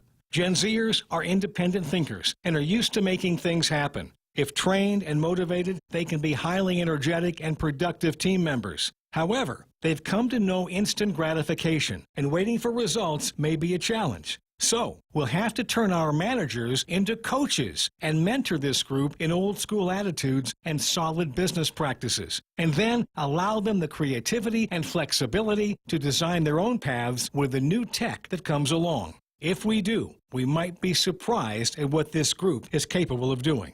Generation Z may even get millennials to reconsider some of their positions on work and the workplace. In any event, they're on the way, and I think they'll bring about positive change. That's the Extra Point. Get out there and make something good happen today. For 93.3, I'm Jerry Roberts. If you can believe in Santa Claus for 8 years, you can believe in yourself for 5 minutes. Just keep that in mind. Make something good happen today. It's 7:25 in the morning, and we were talking about the earthquake a few minutes ago, 5.3 magnitude, and then my buddy Mark sent me a explainer on the difference between the Richter scale and the magnitude, which basically is the Richter scale is the old way and magnitude is the new way. But the question from my friend Romeo is, Hoffa, was that an earthquake or did Troy Torres drop another bomb?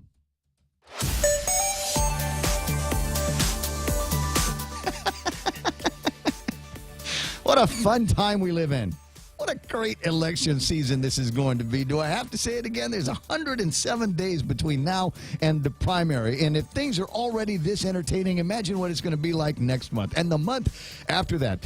Traffic time. Let's take a look at this. Coming out of Route 9 towards Marine Corps Drive, we expect some delays as you get close to the front gate of Anderson Air Force Base. Traffic moving in and out of that particular intersection. Also looking a little bit challenged. 8, 10, and 16. Traffic coming down from the post office towards the intersection might be building up now. Traffic leaving that intersection towards Tiedzen, the one good intersection that will take you into Tiedzen, that is also slowing down until you get past that intersection, and then it's smooth going until you get to the mighty McMobile. Don't see anything else happening here. Looks like things are generally clear over at the intersection of 4 and 10. Once you're on 10, should be clear going all the way through to 8, 10, and 16 if that is your final destination. One thing that just popped up now is we're beginning to see traffic slow down in front of GRMC in that intersection between Route 3 and Marine Corps Drive. Right now, traffic is a courtesy of all of your friends here on The Point. Chili's Smokehouse menu just got tastier with their new smoked honey chipotle short ribs, marinated and smoked for hours. Try the smoked honey chipotle short ribs and chicken combo, or enjoy the family combo with mouth-watering honey chipotle short ribs, Texas-sized baby back ribs, crispy chicken, and juicy barbecue chicken served with home-style french fries and corn on the cob. It's the Chili's Smokehouse menu, now with smoked honey chipotle short ribs. Available for a limited time. Chili's, more life happens here. Howdy, folks. Can't get enough of my KFC Smoky Mountain Barbecue? I'm bringing more to Guam this month with my new KFC Smoky Mountain Grilled Barbecue Chicken. KFC's chicken coated with a sweet and smoky barbecue sauce. Oh, and by the way, Smoky Mountain Barbecue is still available on KFC's Extra Crispy Chicken and Boneless Strips. KFC, it's finger licking good.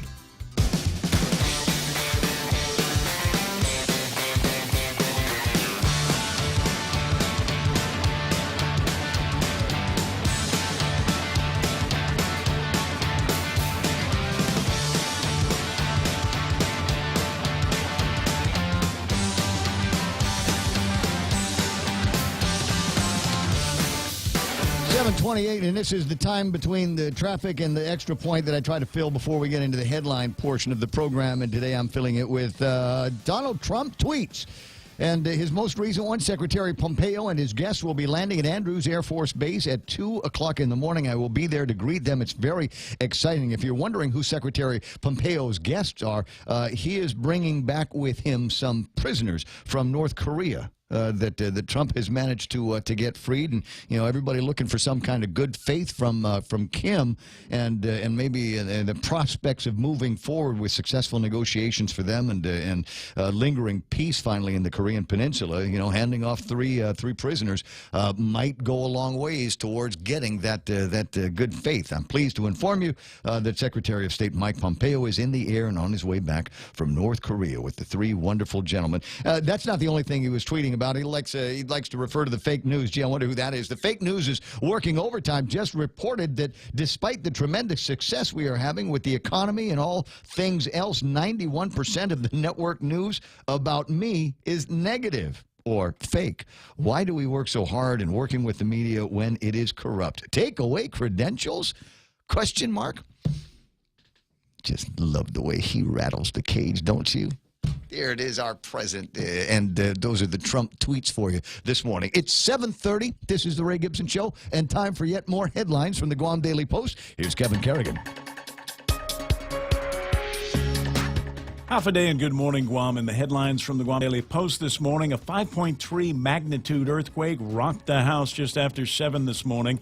The shaker struck at 7:02 a.m., 68 miles east-northeast of Dededo at a depth of 92 miles. Guam Homeland Security has already issued a statement on the quake. There have been no reports of any damages or injuries. In other news, a 35-year-old man was charged yesterday in Superior Court on drug possession charges. John Jesse Pinola Montanonia was arrested after a search warrant was executed on his Chalanpago home, according to the magistrate report. Inside the residence, police seized about a gram of methamphetamine, suspected cocaine, Xanax, digital scales, and a suspected drug ledger. According to the report, Montanonia admitted to police he was a drug user and confessed that the items belonged to him. Montanonia has been charged with possession of a Schedule II controlled substance with intent to deliver, among other allegations. Governor Eddie Calvo has assigned one of his senior staffers, Vince Leon Guerrero, to help out the Chamorro Land Trust Commission and the Department of Land Management. The appointment was announced yesterday following the recent disclosures that certain close relatives of Department of Land Management employees had been granted $1 a year public land leases in the Barrigada Heights area. A statement from the governor's office says that CLTC chairwoman Pika Fejeron sought assistance in addressing the recent public concerns related to the Chamorro Land Trust leases in the highly valued Barrigada Heights area. For these stories and more, log on to postguam.com or pick up a copy of today's Guam Daily Post. She referred to them as public concerns? I think the word you're looking for, honey, is outrage. That was the word you're looking for is outrage. It is not concern. It was concern 2 weeks ago. Today it is outrage on what is going on. And the first thing that I would have asked Vince when they were talking to him about taking on this role as an assistant is, you don't know anybody on the list, do you? You don't have anybody. Your family's name's not on that list anywhere, is it, buddy? 7:32 in the morning, and that's iConnect time. Connect longer for less with iConnect's incredible mobile and push-to-talk plans. Morco Equipment on Ipoh Road wants you for the U.S. military buildup on Guam. At Morco Equipment, you'll be involved in the sale, rental, service, and support of their customers' equipment. Customers who have proudly purchased or rented Freightliner and Fuso trucks, Hyundai and Bomag construction equipment, or Kohler diesel generators. These customers rely on Morco Equipment's expertise to keep their equipment running smoothly in the Guam tropical environment. Morco Equipment is now an employee-owned company. You can be part of the employee-owned company team. Find out more on their website at morcoequipment.com. Just looking at a line of traffic coming out of Tumon towards Kmart on that hill in between Marine Corps Drive and Tumon. Looks like there's a bunch of people trying to get out of there right now. Might be snagging up with buses, etc., moving through there. A little bit of traffic building up in front of the Dededo Sports Complex, and the northbound turning lane at Fatima Mobile might give you a cause to slow down. That looks like that line that was in front of GRMC has dissipated a little bit. It's still there. It's just not as heavy as it was before. And still seeing a big line of traffic coming out of Route 9 towards the front gate of Anderson Air Force Base. That's right now traffic here on The Point. Now you can choose your favorite Nissan rides and 30 flyaways on Philippine Airlines when you play Micronesia Mall's Your Best Choice giveaway. To play, present mall receipts to win a new Versa Note SR, the Crossover Rogue Sport SV, the Heritage Edition 370Z, or you can choose a tough Nissan truck. Plus, there are great instant prizes from Burger King and Foot Locker. Win more cars, trips, and prizes when you play Micronesia Mall's Your Best Choice giveaway.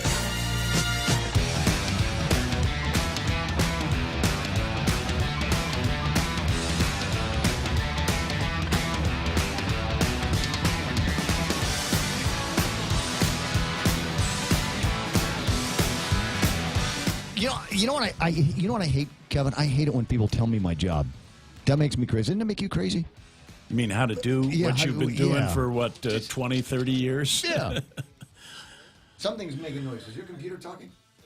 Oh, yes. Oh, yeah, okay. All right, so I was wondering what that... But I'm kind of curious about something, because you're in the newspaper business now, and there's a story on page 5, raided house yields meth cocaine. So you could have taken that story and put it on page 6, where there's a drug guy story, there's another meth suspect apologized for giving the police the wrong name. I'm very sorry. Can you give me a break, officer? But then there's one about an assault.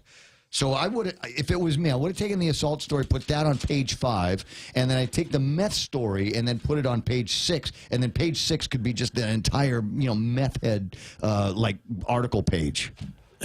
The meth report. Like a meth report. Like I There do you the Trump tweets. We could do like today's meth head stories, and I'll have them on one page so that people can get a better idea, a better sense of what I consider to be one of the big plagues on our community right now. And it just doesn't feel like anybody's doing anything about it except making statements and expressing concerns.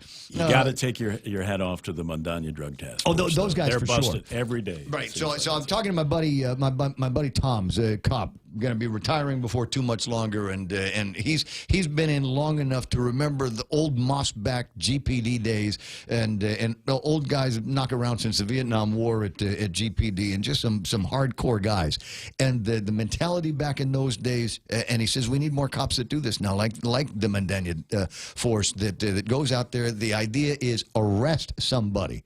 Let's arrest. We know who the bad guys are. Let's arrest them. And the only reason why you don't want to arrest somebody is because you think he might lead you to a bigger somebody.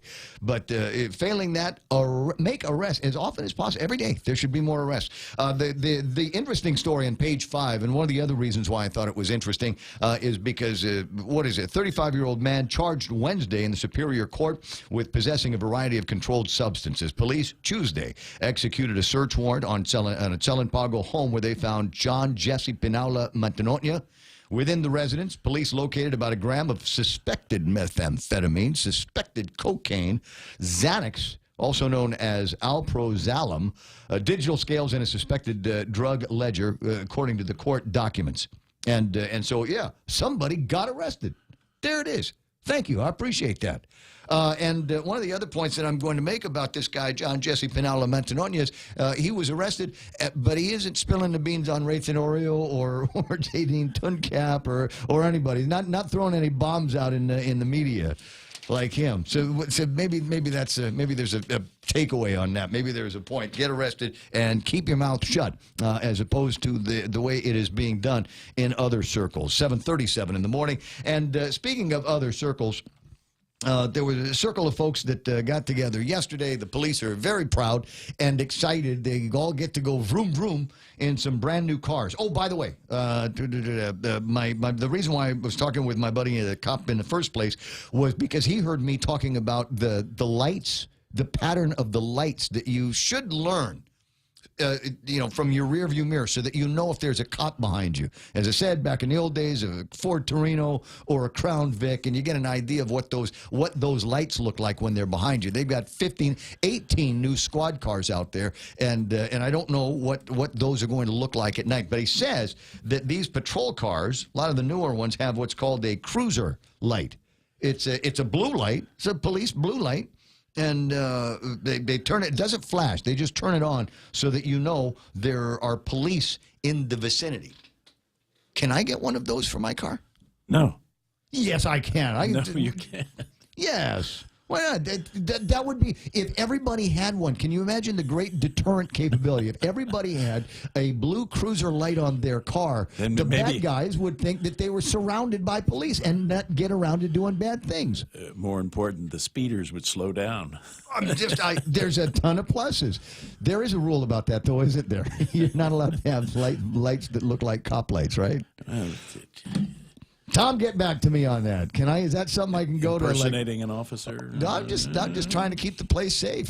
Can I go to like Proline and get myself one of those lights for the cars? Just asking. Maybe we'll get around to asking the J.I. about that. But I got some sound bites we'll play around with J.I. in just a couple of minutes. It's 7:39. I wanted to get this in before sports. Because we got a whole sports report thing with my buddy Blake Watson in the next hour of the program. But as part of all of the law week, day, month, year activities that are taking place through the month of May is among one of my favorite events. And unfortunately, I've been conflicted on some of those mornings where they've done the actual race judicata. But it's possible I won't be conflicted this coming weekend. I want to get Sean Gumatauta on the air to talk about that. Good morning, Shawnee. Hey, good morning, Ray. Hoffaday, and how are you? You know what, I'm doing okay. Thanks so much for asking. Did you feel the earthquake? Oh, absolutely. I was about to leave the house to drop off my Talafulful elementary kid, and I got a little frozen for just a couple of seconds. Yeah, wait a second. What am I supposed to do? Drop, roll, and cover. Is that right? That's what Uncle Fred said in the commercial? That's what I thought he said. Yeah. Did you do it? No. No. I'll take a look at the videotape. I'll take a look at the feed this morning. I'm pretty sure all I did was stand there and wonder what it was, because I heard Kevin go, oh, and looked at Mike's eyes got wide for a second, and I didn't know what the heck was going on. I figured, I guess it must have been an earthquake, and I kind of put my coffee cup down and was waiting to feel it and never did. So I guess it was just the one jolt, right? It felt like just one kind of rolling movement. Okay, but you still took the kid to school. There's still school today, right? Oh, absolutely. I got you. Hey, race judicata is this weekend. That's right. It's this Saturday. You're going to run, it sounds like. I'm going to run for sure. I just don't know if I'm going to run in that race. It depends on what the schedule looks like, and it also depends because the race judicata is the 12th. My birthday is the 11th, so I'm either going to be at the race judicata or a Saturday morning magistrate. Why are you going to be at the Saturday morning magistrate? It's a joke. Have your statement ready, would you? Just have the statement. We're very sorry about what happened to Ray, and we pray for him during this hard time. A little clicky this morning. Sorry. I'm caffeinated, bro. I'm caffeinated. Anyway. I'm not yet. Okay, go ahead. So it's race judicata. How do people sign up for the race? Where do we need to be? I knew you were going to ask me that question. Well, right now, most of our details you can grab on our website. I believe that the Ray, I'm on the road right now. You need, all right, I'll help you. I'm breaking some laws here, Raymond. That's okay. Here's the thing. On the back of every day's Guam Daily Post in the sports section, they have the 5K calendar, and I'll help you out for the next time we talk about this tomorrow when you call while Blake is on to remind me. It'll be at the Judiciary's parking lot Saturday morning. Showtime is at 5. Go time is at 6. You may register at the Judiciary of Guam. Woohoo! At the Northern Court Satellite, which is my favorite, and at Hornet Sports. Yeah, actually, the forms, I believe you can get them in our office, actually downstairs when you come past our, what do you call those? Our security? Not security. Our clerk's office, we have our HR area. We have it also at Northern Court. It's right on the counter, I believe. So if they come by, it's just a little strip of paper, and of course Hornet as well. Thank you for the save on the Hornet side. No problem, no problem. So, like I said, showtime is going to be early and go time, and it'll take you through a nice little course through the downtown area, beginning and ending at the Judiciary of Guam. Yeah, and I think there's a Carabao. Obviously, the whole theme is the Carabao run. So there's a little bit of the Carabaos going to be along the run. I think there's also free Carabao rides that are going to be offered, and so it should be a pretty fun event that early in the morning. As you can tell, Ray, I'm not a runner. It's all right. Hey, listen, a lot of people aren't. It's okay. You got a different poison than me. What is your sport? I actually play soccer. I play masters soccer, believe it or not. No, I believe it. Hey, Ray, in 2009, I started playing. It saved my life, man, I tell you. That's a fact. That's a fact. There's nothing like getting yourself into a sport at a certain age where you got an opportunity to do things that will be healthy for you. We'll save that for another conversation. Have somebody send me other details on this. You've got my email address. I'll talk to you soon. Yes, I sure will. Thanks, Ray, and I will call in to. Give us another ring and a reminder tomorrow morning. All right. Sure will. Thanks, Ray. You the man. Appreciate that. Sean Gumatauta from the judicial office over there and the race judicata that is taking place here in a little bit. Another opportunity, because it's fun for me to say good morning to Ed Untalan, who's online. The very pretty Judy Ho. Good morning, Neil Weir. Andrew Tydinko is there. I see Helen Santos. Joe Cruz, who just comes in because he likes it when I say his name. I see Connie Tuncap Mayo. Hey, I haven't said that name out loud in a long time. Jimmy Yu, Larry El Cairo, Darlene Blas, hugs to the old man, would you? I see Carlo Branch is on this morning. Blake Watson, who should be doing something in Star 101, but is watching me instead. Ken Williams, June Bells, nice to see you. Tony D'Angelo, Huffa Coach, how you doing? Mitzelin, Danila Figueroa is online this morning. Hey, you guys got some furniture over at the, what's the name of the place? Schumart that I need to be looking at a little bit later on. Mark Colby, who's getting excited about the return of the Guam Major League Baseball. Danny Tidingfong, Ramona Nakamura, Hoffa Ante, Brandon Aidlet, and Franklin Ariola are online this morning. Frank's name in some of the headlines that you'll see in the Guam Daily Post today, talking about what's the headline there? The allegation that people are responding to is that the fix is in for select care with Jay Dean and Benita Manzanita.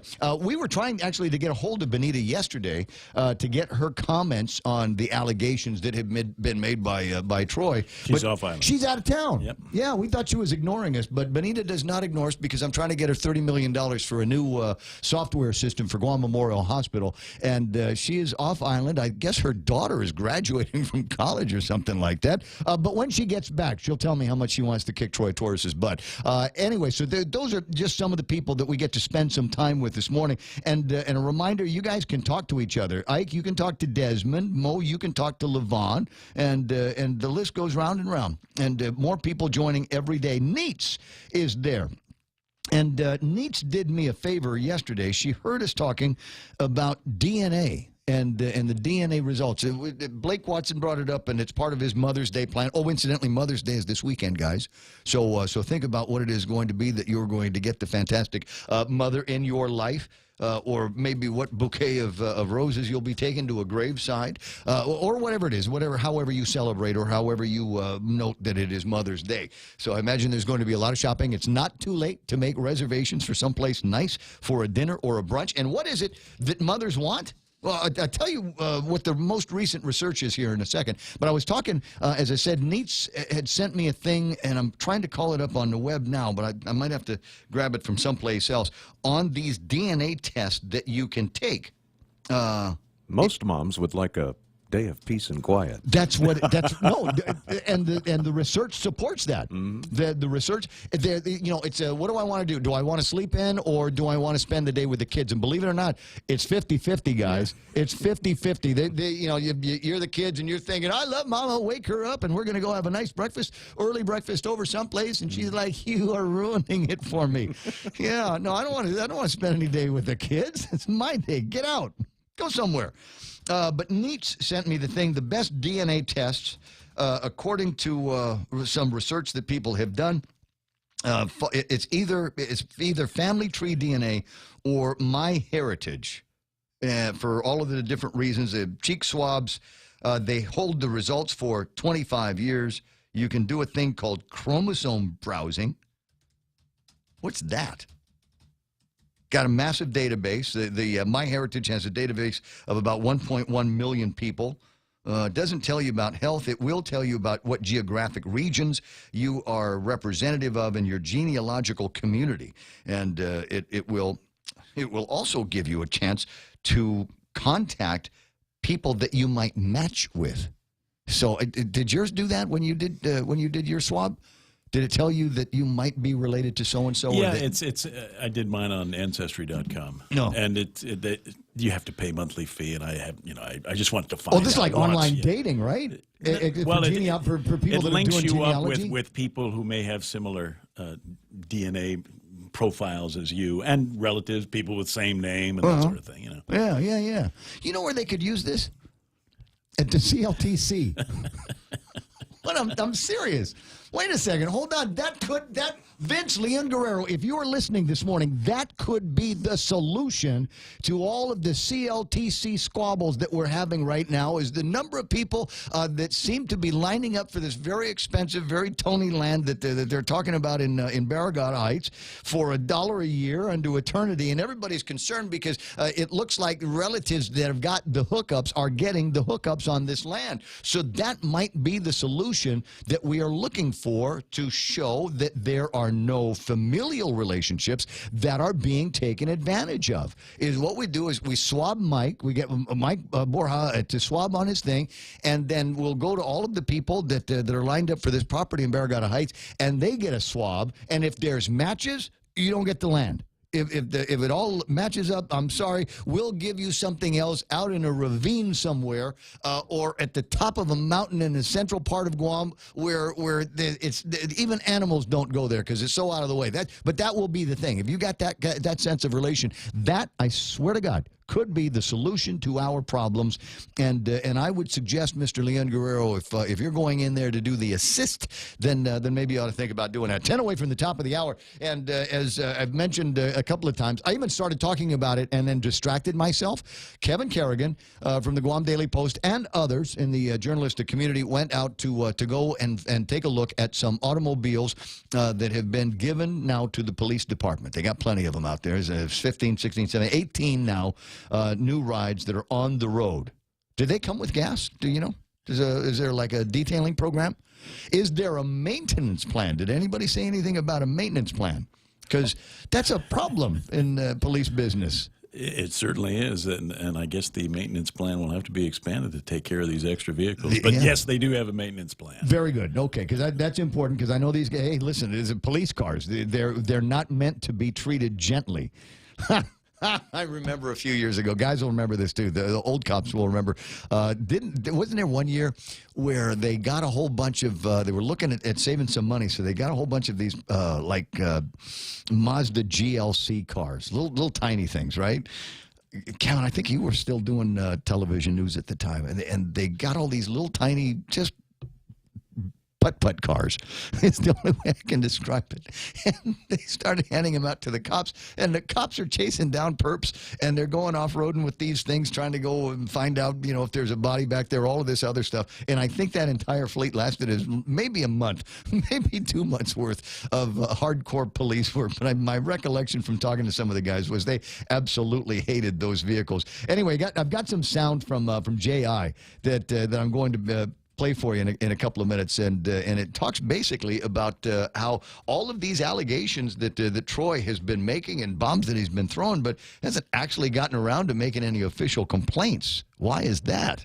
Why do you suppose it is? We'll work on that topic in just a second, but I always defer to the telephone line, because it might be somebody that's more interesting than me there, and it is Daryl Taggart. He wants to talk about the Chamorro Land Trust Commission. Hafalai. Absolutely. Good morning, Ray. Yeah.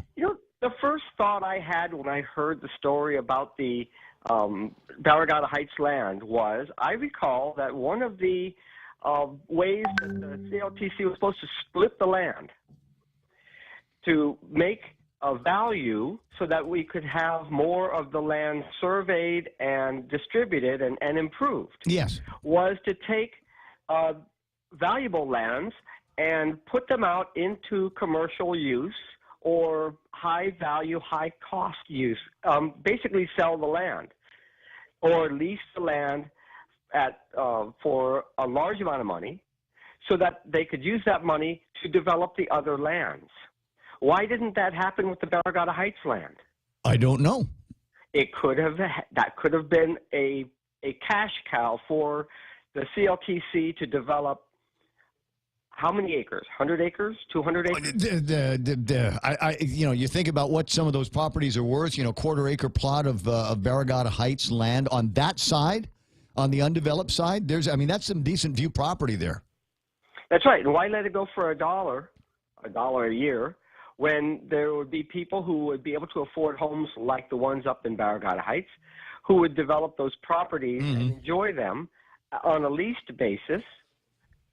I don't know. Well, let me devil's advocate here. So I don't disagree with you, and I believe you are right. I think that was part of the idea originally. Was there are government properties, and we would take these government properties, exploit them for cash that we'd be able to use to conduct the clearing and the surveying and the infrastructure laying down in all of these different properties.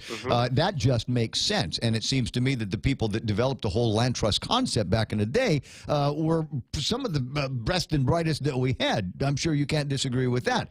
However, we seem to have moved into a place where there's the only concern now is personal enrichment and how can I get more in my sticky fingers. At least that's what it looks like to me. And but the other problem that we have, Daryl, is even if there had been substantial monies in that fund, I'll remind you that the most recent audit that was conducted by Deloitte & Touche indicates that over $640,000 had been taken from some of those special funds from the CLTC and married now into the general fund, even though there's prohibition on that, even though the law clearly states they can't do that. Did they do that using an appropriation? Was it by law? No, it wasn't. It was just I forget what the language is. I got to look at. I'd have to look. Believe it or not, I'd have to look at a text that I'd sent to Chris Barnett. He and I've been interested in this story together and simultaneously for several days now. And I sent him a screen cap of the actual language that said that the monies could not be transferred out. Stand by one. Let me see if I can pull it up. Hold on. I'm looking for the actual verbiage of the law that created these special funds. Specifically, they even used the word survey, and those funds, according to Deloitte & Touche now, were taken out. But they weren't done by a budget bill? No. Well, doesn't look like it. Not according to Deloitte & Touche. I don't see anything where it says that. And even if it was. Here's the language. The Chamorro Land Trust Survey and Infrastructure Fund. The Chamorro Land Trust Commission shall create a special fund called the Chamorro Land Trust Survey and Infrastructure Fund, which shall be maintained separate and apart from any other fund and shall not be subject to transfer authority of Magalahan Guahan. Well, there are quite a few funds that are set up with the same language, and they get raided. Well, and so that's the kind of the point that I'm making here is even if they had stood by the original DNA concept of the Chamorro Land Trust Commission, which is we've got great property that we will use to support the development of other not so great properties, because it makes sense. It was a smart idea. Yeah. Even if they had done that, there would then have been even more money to have been raided, is my point. Well, I can hear it now. The retirement fund raiders now become the Chamorro Land Trust raiders. Well, how many lands have been conveyed by the legislature for basically fire sale rates instead of by appraisal? And even with the appraisals, if they're landlocked properties, don't know. Considered. The thing is that it's not very smart the way that this is all happening, and there are no penalties for doing this. So it can be done without fear of sanction. Sanction or reprisal. And that's a legal problem. That's a shortcoming of our laws that allows that kind of flexibility without fear of being. Yeah, I cannot disagree with you on that, but there is something sticky going on, and it's ugly, and it looks corrupt, it feels corrupt, it smells corrupt, and if it's not corruption, it's incompetence, and I'm glad that they've got somebody looking at it, but again, I'm not hearing the word moratorium. And whenever I say the word moratorium, I try to channel Boris Karloff. Moratorium. We need to stop everything right now. We need to put a halt on every activity that takes place over at the Chamorro Land Trust Commission and not move one more rock, one more pebble on Barragata Heights until we know exactly what the heck is going on. And I hope they give Vince the resources that he needs to be able to conduct whatever assistance it is that he's going to conduct. I hope that whatever he does in a manner that won't get reversed down the line. Well, like I said, we'll get everybody gets a cheek swab, and we'll send it to Ancestry.com so we can see who is related to who is getting the hookups around here. 7:59. Daryl, I gotta run. Go. I'll see you pretty soon. I got news coming up from Fox News Live in mere seconds. On the other side of that, the amazing Kevin Kerrigan from the amazing Guam Daily Post. Got questions? You'd be surprised how many answers you will find in the Post. Need to be reading that today. And then we've got traffic, and there's sports and plenty more on the other side of this newscast from Fox News.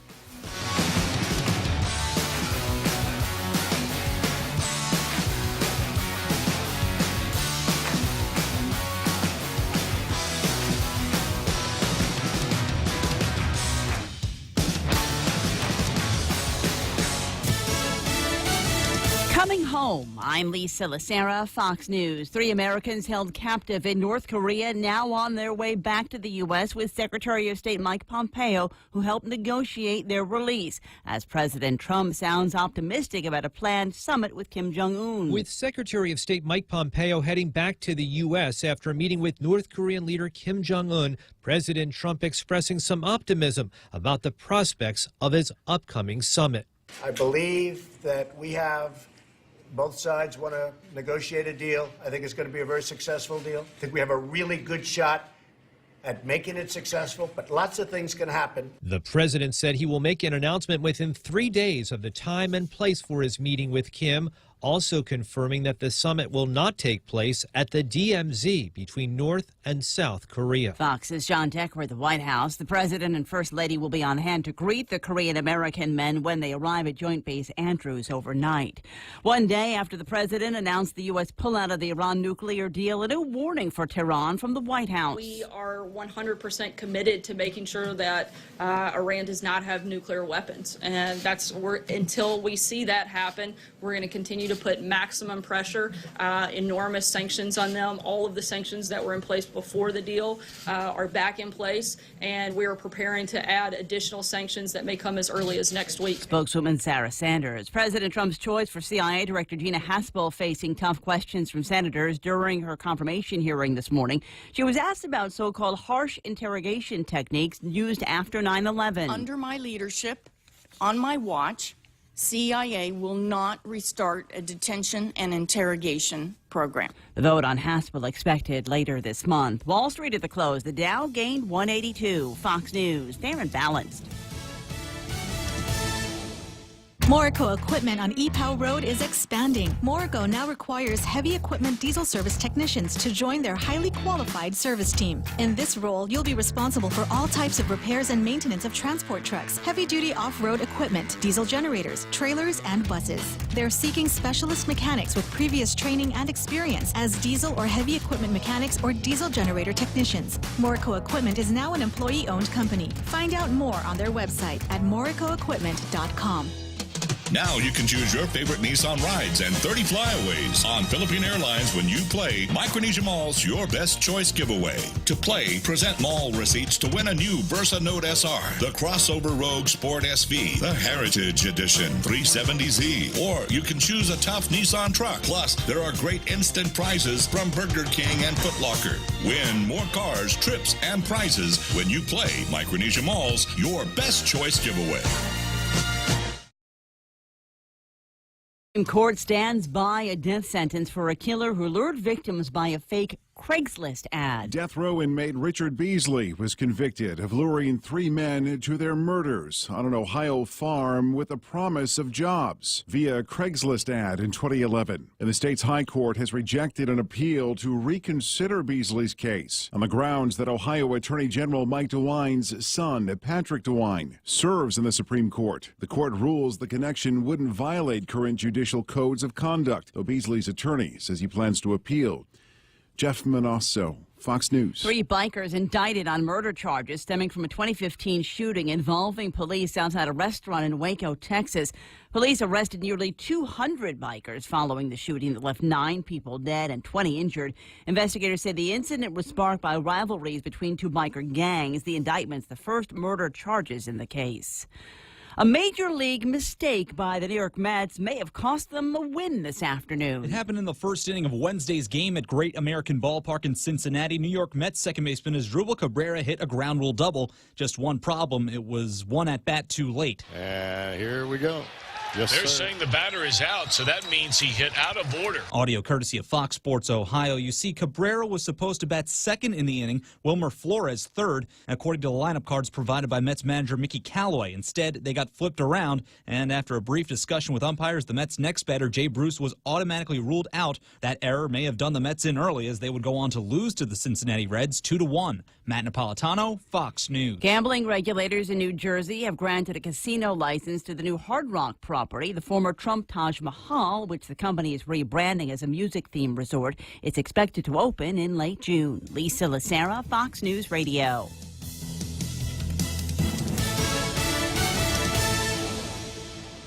With the largest inventory of rental equipment on Guam, East West Rental Center is sure to have the tool you need to get your job finished quickly. From equipment rental, party rental, parts and service to used equipment, East West Rental Center has what you need. Call East West Rental Center at 646-1463 or visit them online and browse through their online rental catalog at eastwestrental.com. They're located in Upper Tumon, right across St. John's School. East West Rental Center, providing the island of Guam with quality equipment rentals since 1972. The smartphone super sale event is back at GTA. We're dropping our prices on our most popular smartphones, including the Samsung Galaxy Note 8 and the latest Samsung Galaxy S9 and S9 Plus.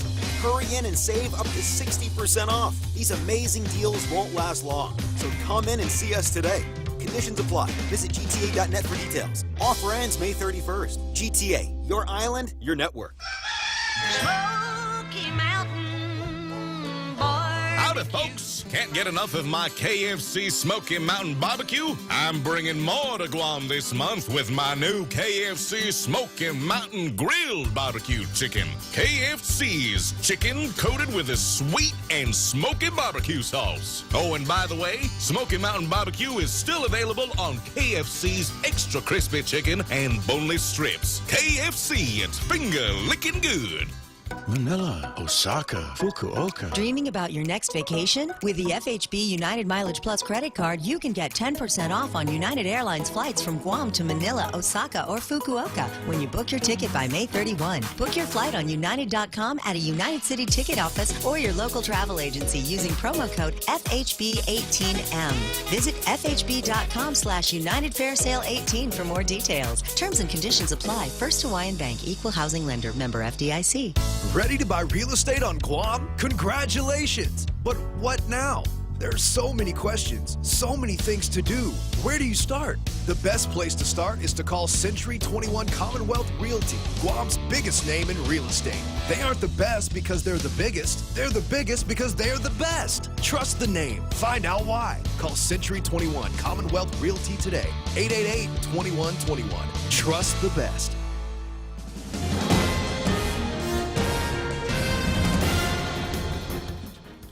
Half a day and good morning. Guam News Time here at The Point is 8 minutes past 8 a.m. this Thursday morning. I'm Kevin Kerrigan, and here's a look now at some of the top stories from the Guam Daily Post. Lieutenant Governor Ray Tenorio vehemently denying accusations that he purchased and smoked crystal methamphetamine 3 years ago, calling former senior aide and confessed drug user Troy Torres' allegations reckless and false. Torres has alleged that a federal informant with the initials VQ told him that Tenorio had purchased the meth and smoked it in front of him.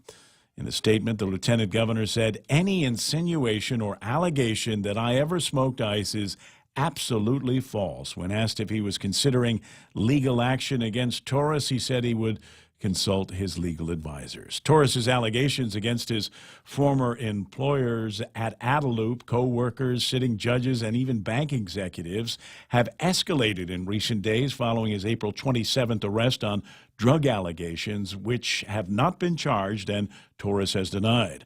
The latest allegation from Torres is that certain individuals and business owners have been ordered by the lieutenant governor's campaign to make large campaign contributions under threat of having their businesses disrupted or contracts with GovGuam taken away.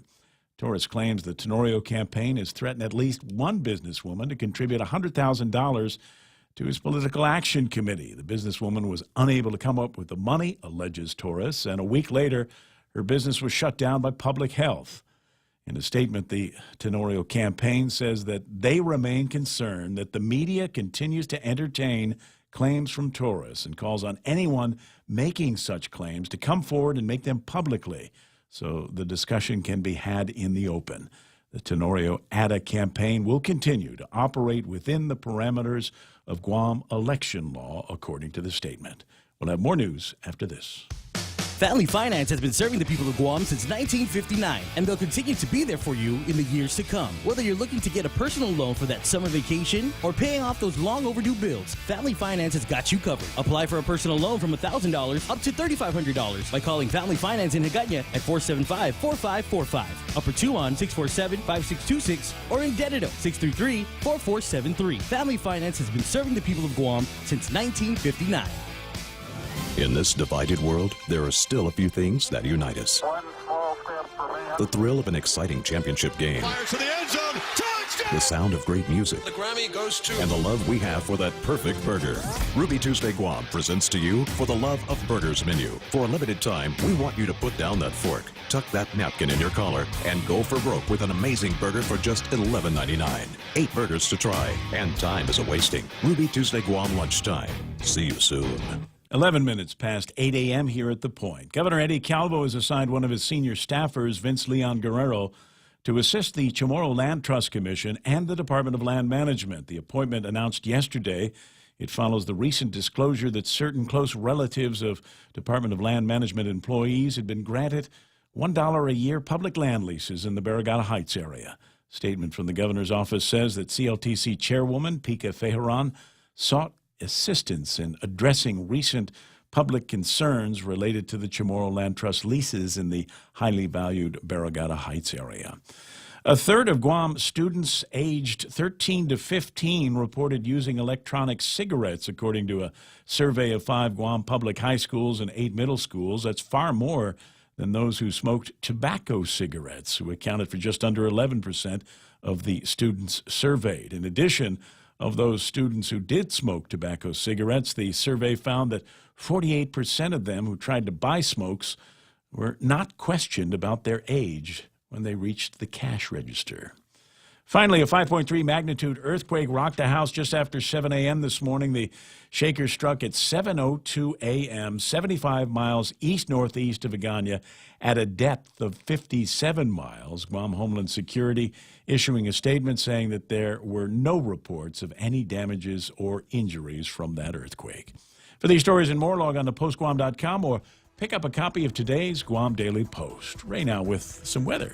Looks like another one of those beautiful days. Partly sunny skies this afternoon, some increasing clouds overnight. You might expect some isolated showers, and that has to do with a little blob of weather that is trying to move north into our latitudes. But every time it comes into the area, it seems to get blown apart just as it starts to lip up to about the central mountain range. And put some of that up on the screen for you so that you can see exactly what it is that we're talking about. And to explain why that's happening, here's Mike Knight. Yeah, and that's been hanging out there for all week. You know, we've been talking about it. Those showers keep moving up, and then they fizzle out before they get here. That's a trough that's extending in a curve. You can almost see the curve from the big blob off to the right there, and then curving down under the Marianas, and then it attaches to another weak system right there about where the lines cross. Anyway, all of this stuff is supposed to weaken over the next 2 or 3 days, move slowly to the northwest, and peter out as it does. So All just right. a few showers here. Sunset tonight, 6:38. Sunrise tomorrow morning at 5:56. We had a 5.3 quake earlier this morning, so you might want to consider putting your earthquake shutters up today. It's 8:13. That's news and weather together here on The Point. Do you suffer from eye strain? If you work at a computer, follow the 20-20-20 rule. Every 20 minutes, look 20 feet away for 20 seconds to reduce eye fatigue. Ensure you have the optimal prescription for your contact lenses and glasses. Early stages of common eye diseases typically have no symptoms and can only be detected with a comprehensive dilated eye exam. Call Lombard Health today to book an appointment at 989-4747. Guam's best eye care. One patient at a time. I got you, 8:13 still, and a reminder that portions of the program brought to you by our friends over at King's Restaurant, serving Guam families your favorites for over 40 years. Always open and always local. King's Restaurant. For more than 40 years, we've managed our island's most precious resource, your health. Take Care's benefit plans allow members access to more than 120 medical providers, 40 dental providers, and 18 pharmacies in the region. Take Care's health plans ensure members in Palau, Saipan, and Guam receive the care they deserve. Our programs and wellness classes have proven results for our valued members, and our commitment to your health never been stronger. Take Care, our island, your health plan. Other parts of the program, the good parts, brought to you by Security Title when you absolutely need confidentiality in your real estate transactions. Chili's Smokehouse menu just got tastier with their new smoked honey chipotle short ribs, marinated and smoked for hours. Try the smoked honey chipotle short ribs and chicken combo, or enjoy the family combo with mouth-watering honey chipotle short ribs, Texas-sized baby back ribs, crispy chicken, and juicy barbecue chicken served with home-style French fries and corn on the cob. It's the Chili's Smokehouse menu, now with smoked honey chipotle short ribs, available for a limited time. Chili's, more life happens here. News to fill your mind. Talk to get it out. The Ray Gibson Show.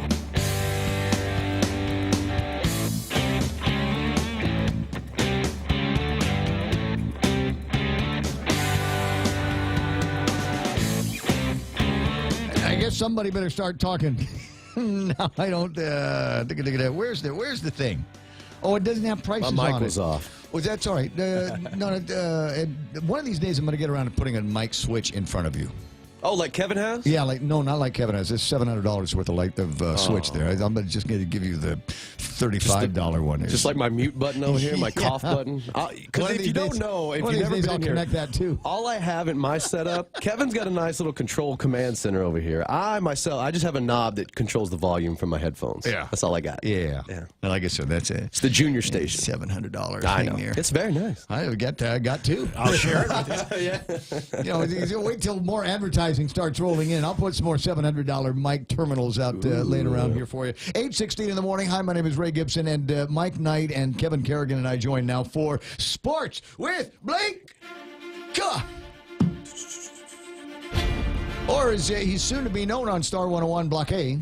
Block A. Did you hear that? That's your rap name, right? Yeah. That's my street name. This is. Yeah. It was either that or a little stomach ache. And so, But do you have any? Do you have any cred? That's oh yeah, I got cred. Yeah, you didn't hear me yesterday? Throwing down all my knowledge on units of measurement, and I had no. You were dropping science? I was yesterday. Check this guy out. Talk about plates and parties and rolling. Yeah, there might be. I guess somebody sent me a video. I think that's got some interesting. It's a dropping plates by Disturbed lyrics, and I'm wondering if it might be something that I want to play on the radio, or I don't know. It came from my that's brother. A great jam. But it came from my brother, so it might not be clean. There's one called "I'm in Love with the Cocoa." Yeah, yeah, nice. Yeah, it came out a couple years ago. So we On get Top these songs. 40 radio. We'll change out the lyrics. Not the lyrics. We'll change out the video on these songs and just drop. We'll put some more notable local faces behind some of this, because it seems like everybody is involved these days. We're not, but I'm not going to try to squeeze in any of the Troy or Derek stuff into our hallowed sports time here this morning, because we are hallowed. We're closing in on the end of the year. It is the last big deal. Now I talked with a guy named John earlier today, and John had expressed concerns, and here's the thing is, I tried to sound like I knew what I was talking about, and I thought I'd better wait. It's I'll just and quickly get out of this phone call and bring it up while you're here. Okay. He's got some concerns. He's lived here before, moved to the States. Kids participated in sports in the States where they use a 3-season year as opposed to What a state? I don't know. But he said here everything is done in a 4-season. So you got your IIAG thing, and so you might have track and field 1 season, soccer 1 season, basketball 1 season, or volleyball 1 season. And he says the downside to that is there's more sports for the kids to play, but they don't play long enough to really develop themselves into strong squad players, as they might if they're playing longer in these sports over 3 seasons. Well, I think the part that he's missing is just volume. You can you're kind of hamstrung here by just by lack of options. The reason that the IIAG football season is so short is just because there's only 16. You know what I mean? They can only play each other so many times. Right, they all play each other once, and then they go to the playoffs. Is it a facility issue as well? You think about it? No, I really don't think so. I think because like where I grew up, I grew up in a school district, and we had, let's say, 4 or 5 schools in my district, and then we traveled out, for some of our exhibition games, some of our, not regular season games, preseason or whatever, 4, 5, 6 games of the season, and in the playoffs, we played other teams that we had never seen before, and we wouldn't see unless we got to a certain level.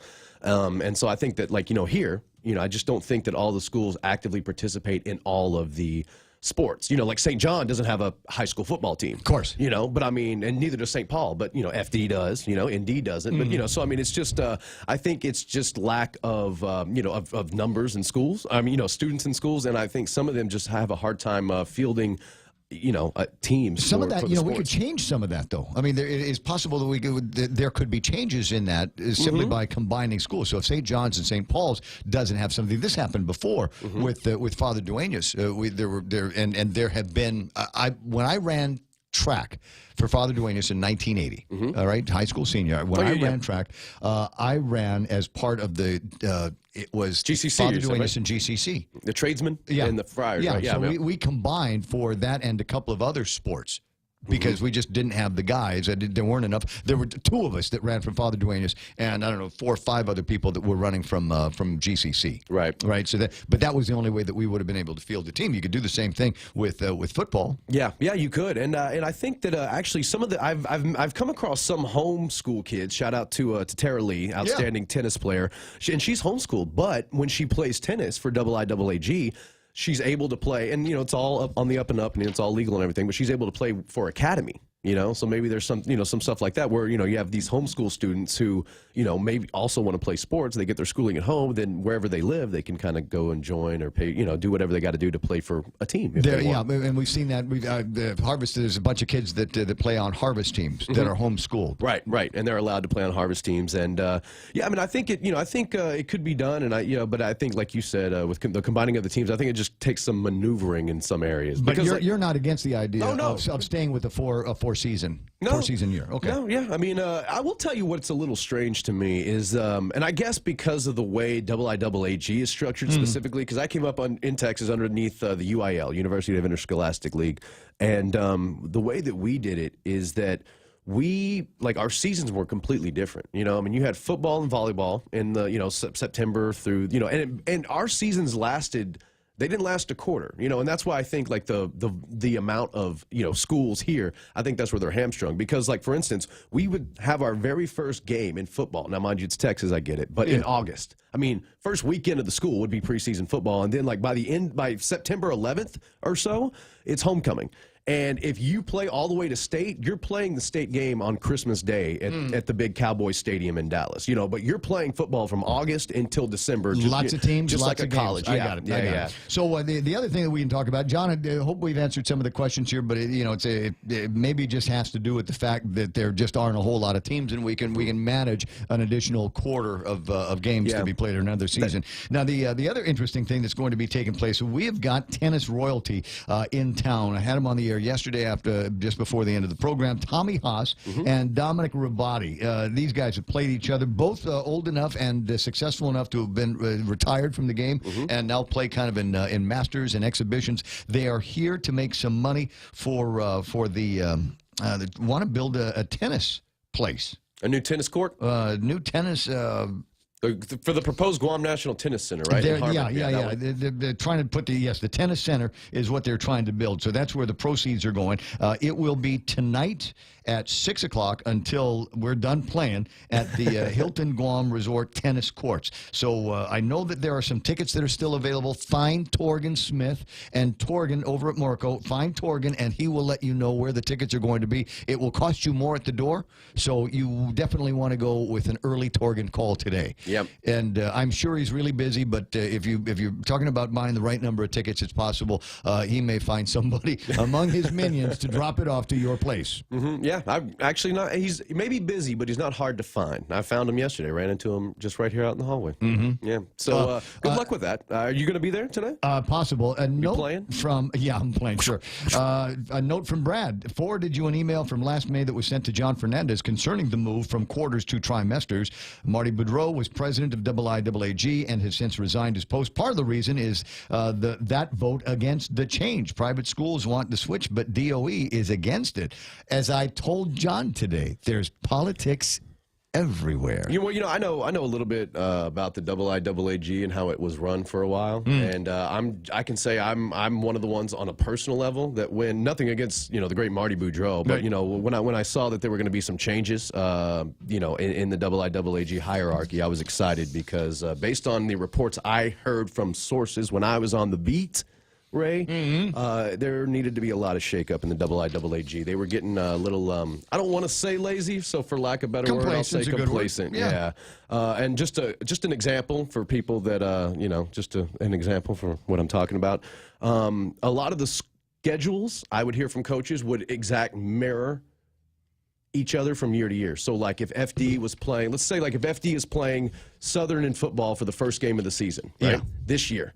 That means, and that game is at GW because that's FD's home field, right? So it's FD versus Southern at GW.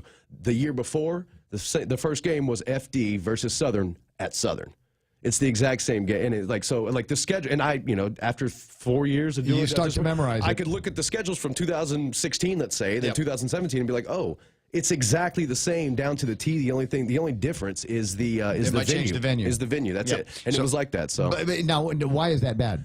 Why is it bad? Yeah. Because the squads are going to change every year. No, you're right. I think it's just maybe it's not bad. Maybe it's not. I guess just as a sports fan, I like to see variety. And I don't like to be able to predict. Now, here's the thing. You're right. The squads do change every year, but FD, GW, you got your dominant powers, and then there are others who still. This is a whole conversation that I have an issue with. Because every once in a while you got to get into. I just don't get it. It just exhausts me because I feel like you got teams like FD who, if you drive by FD in July, can we make some popcorn?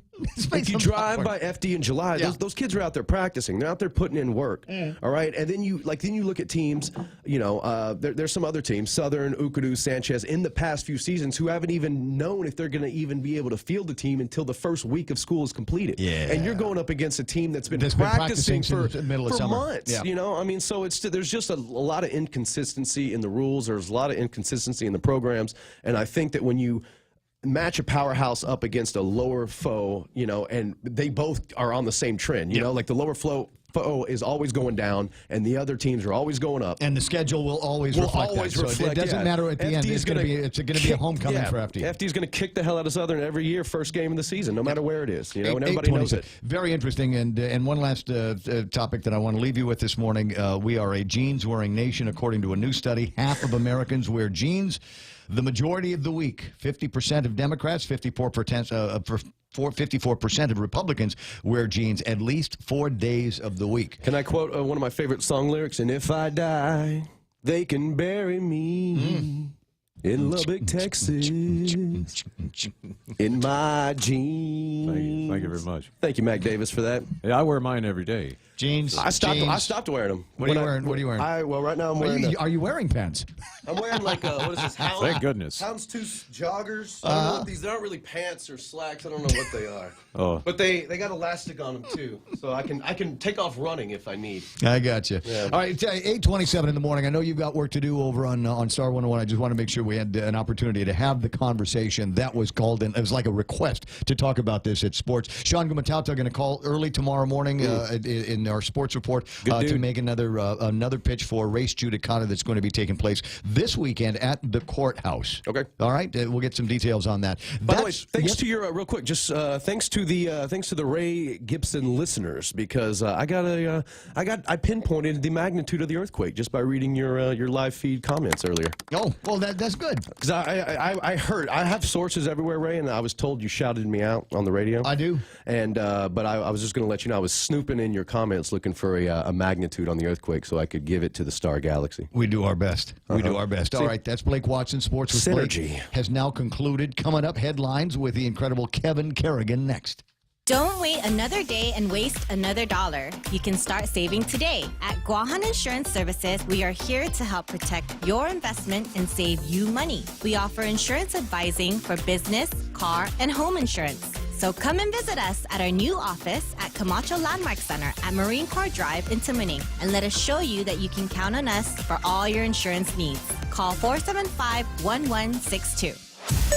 It's time for traffic, and a look at all of the traffic scenes that we've got working right now, and it's actually pretty busy. If you've missed the 7:30 chance to be late for work, you've got another one here for second string traffic, backing up from Route 8, 10, and 16. Now, it's backing up on the way into that intersection because traffic doesn't move quickly through there. Why? I'll explain in just a minute. Not too far away from where we are in front of St. John's, a lot of buildup of traffic, and that turn from Tiedzen down through the airport to the most hated intersection on the island is slowing down as well. Traffic moving up Army Drive towards the Ocean Vista 76 is moving slow, and I've got some friction happening on Route 16, not too far away from McDonald's, somewhere in between Malakuti's place and the McDonald's. We've got a little bit of a slowdown. Now I'm going to let the music fade out here for a second, and I'm trying to figure this out.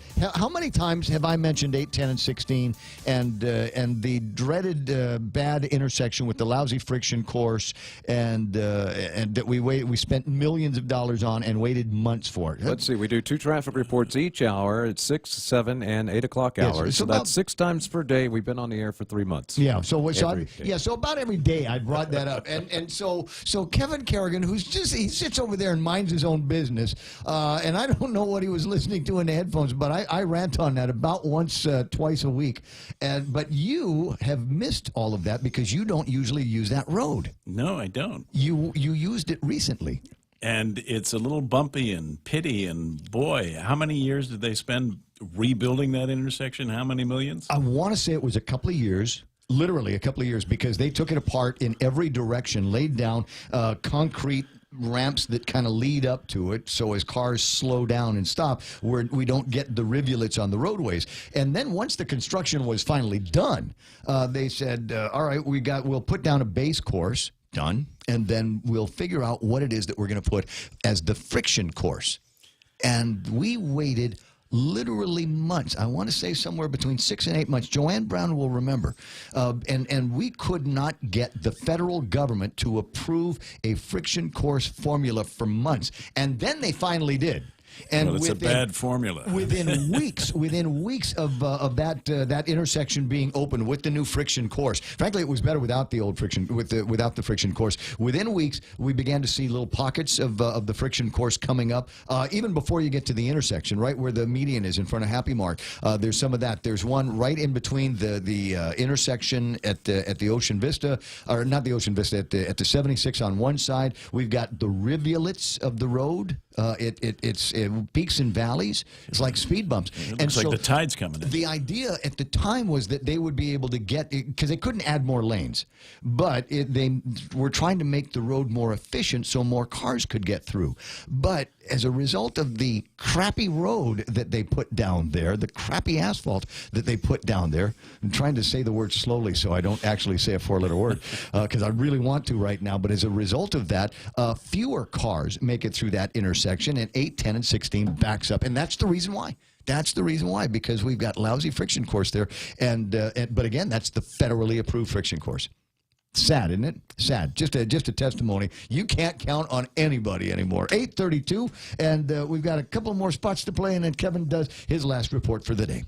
What would you do with unlimited internet? With Docomo Pacific, the possibilities are endless.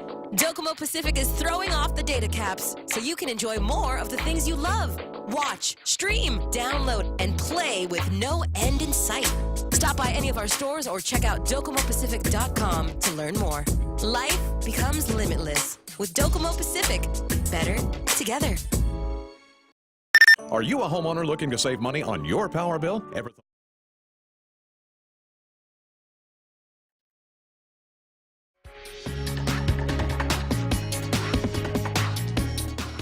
Half a day and good morning, Guam. News time here at The Point is 33 minutes past 8 a.m. In the headlines from the Daily Post this morning, former Guam Police Colonel Mark Charfarus has cleared another hurdle in his fight to return to the police force. Superior Court Judge Vern Perez granting Charfarus's motion to dismiss a writ filed by the government citing a lack of jurisdiction. GPD management had filed the writ asking the Superior Court to force the Civil Service Commission to reconsider its decision to void Charfarus's termination from the police force. Charfarus's attorney, Randy Cunliffe, said that the government failed to present any evidence to the commission to justify its decision to demote his client, and therefore the court lacked jurisdiction to hear the appeal. Father Adrian Cristobal cannot publicly celebrate Mass or hear confession while the Archdiocese of Agana reviews 2 claims of sexual abuse that have recently been filed against the priest. Cristobal was the former chancellor of the Archdiocese of Agana. He's been named in those 2 sexual abuse lawsuits. On April 11th, Archbishop Michael Burns called Cristobal back from Phoenix, Arizona, where Cristobal has been participating in a mission. However, Cristobal has not returned yet. A statement from the Archdiocese yesterday states that any clergy member who continues disobedience after a warning is subject to penalties or sanctions per canon law. 5.3 magnitude earthquake rocked the house just after 7 a.m. this morning. The shaker struck at 7:02 a.m., 75 miles east-northeast of Agana at a depth of 57 miles. Guam Homeland Security has issued a statement saying that there have been no reports of any damages or injuries. For these stories and more, log on to postguam.com or pick up a copy of today's Guam Daily Post. Let's see now, 8:35, we'll call that iConnect time. Connect longer for less with iConnect's push-to-talk and mobile plans. Are you a homeowner looking to save money on your power bill? Ever thought about getting solar on your roof? If the answer is yes, Micronesia Renewable Energy will install a solar energy system on your roof for zero money down, so you can save money on your power bill. Sign up in the month of May, and MRE will pay you $400 in cash. That's right. In the month of May, get a solar energy system on your roof, and MRE will pay you $400 just for signing up. Conditions apply. Call 632-2613 for details. MRE, the smarter choice. What? Again, traffic? Have we added to the litany of woes on the road? No, not really. Traffic, Marine Corps Drive. I told you there was a line of traffic that should have stopped around St. John's. It's actually moved south, but it looks like it's stopping up in front of Kmart. Traffic moving down Route 16 at the Ocean Vista intersection. I told you a second ago that it was snagged coming up. Well, it's snagged going down. A lot of people trying to make that left-hand turn into the airport area. Like I said, second-string traffic moves in that direction. And we might see a little bit of a slowdown on Route 8 just before you get to Pokey Fry. That intersection there, that little turn as people need to get into Agana through the Bank of Guam area. You might see a little bit of slowing down there. But I think that's all we've got for you in terms of big slowdowns. A couple of cars in the line of traffic trying to get into Sumai. That's Big Navy. And we'll watch that for a couple of minutes. If it gets bad, I'll let you know in another report. It's 8:36. That's Right Now traffic here on The Point. GTA's best internet deal has arrived. With fiber internet, you get up to 50 megabits of data per second for only $50 per month. And if that's not enough, Fiber Internet 50 plan includes free Wi-Fi. But this offer will only last through the month of May. So sign up today and get ready for faster downloads, more streaming, a better gaming experience, and a stable connection across multiple devices. Conditions may apply. Visit gta.net for more details. GTA, your island, your network.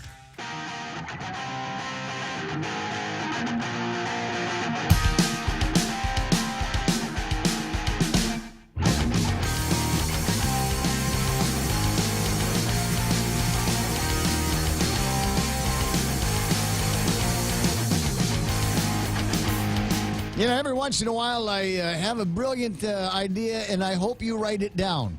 And today the brilliant idea was a solution to this CLTC squabble. That's what it's being referred to as on the Facebook Live. This squabble. Neitz calls it a squabble.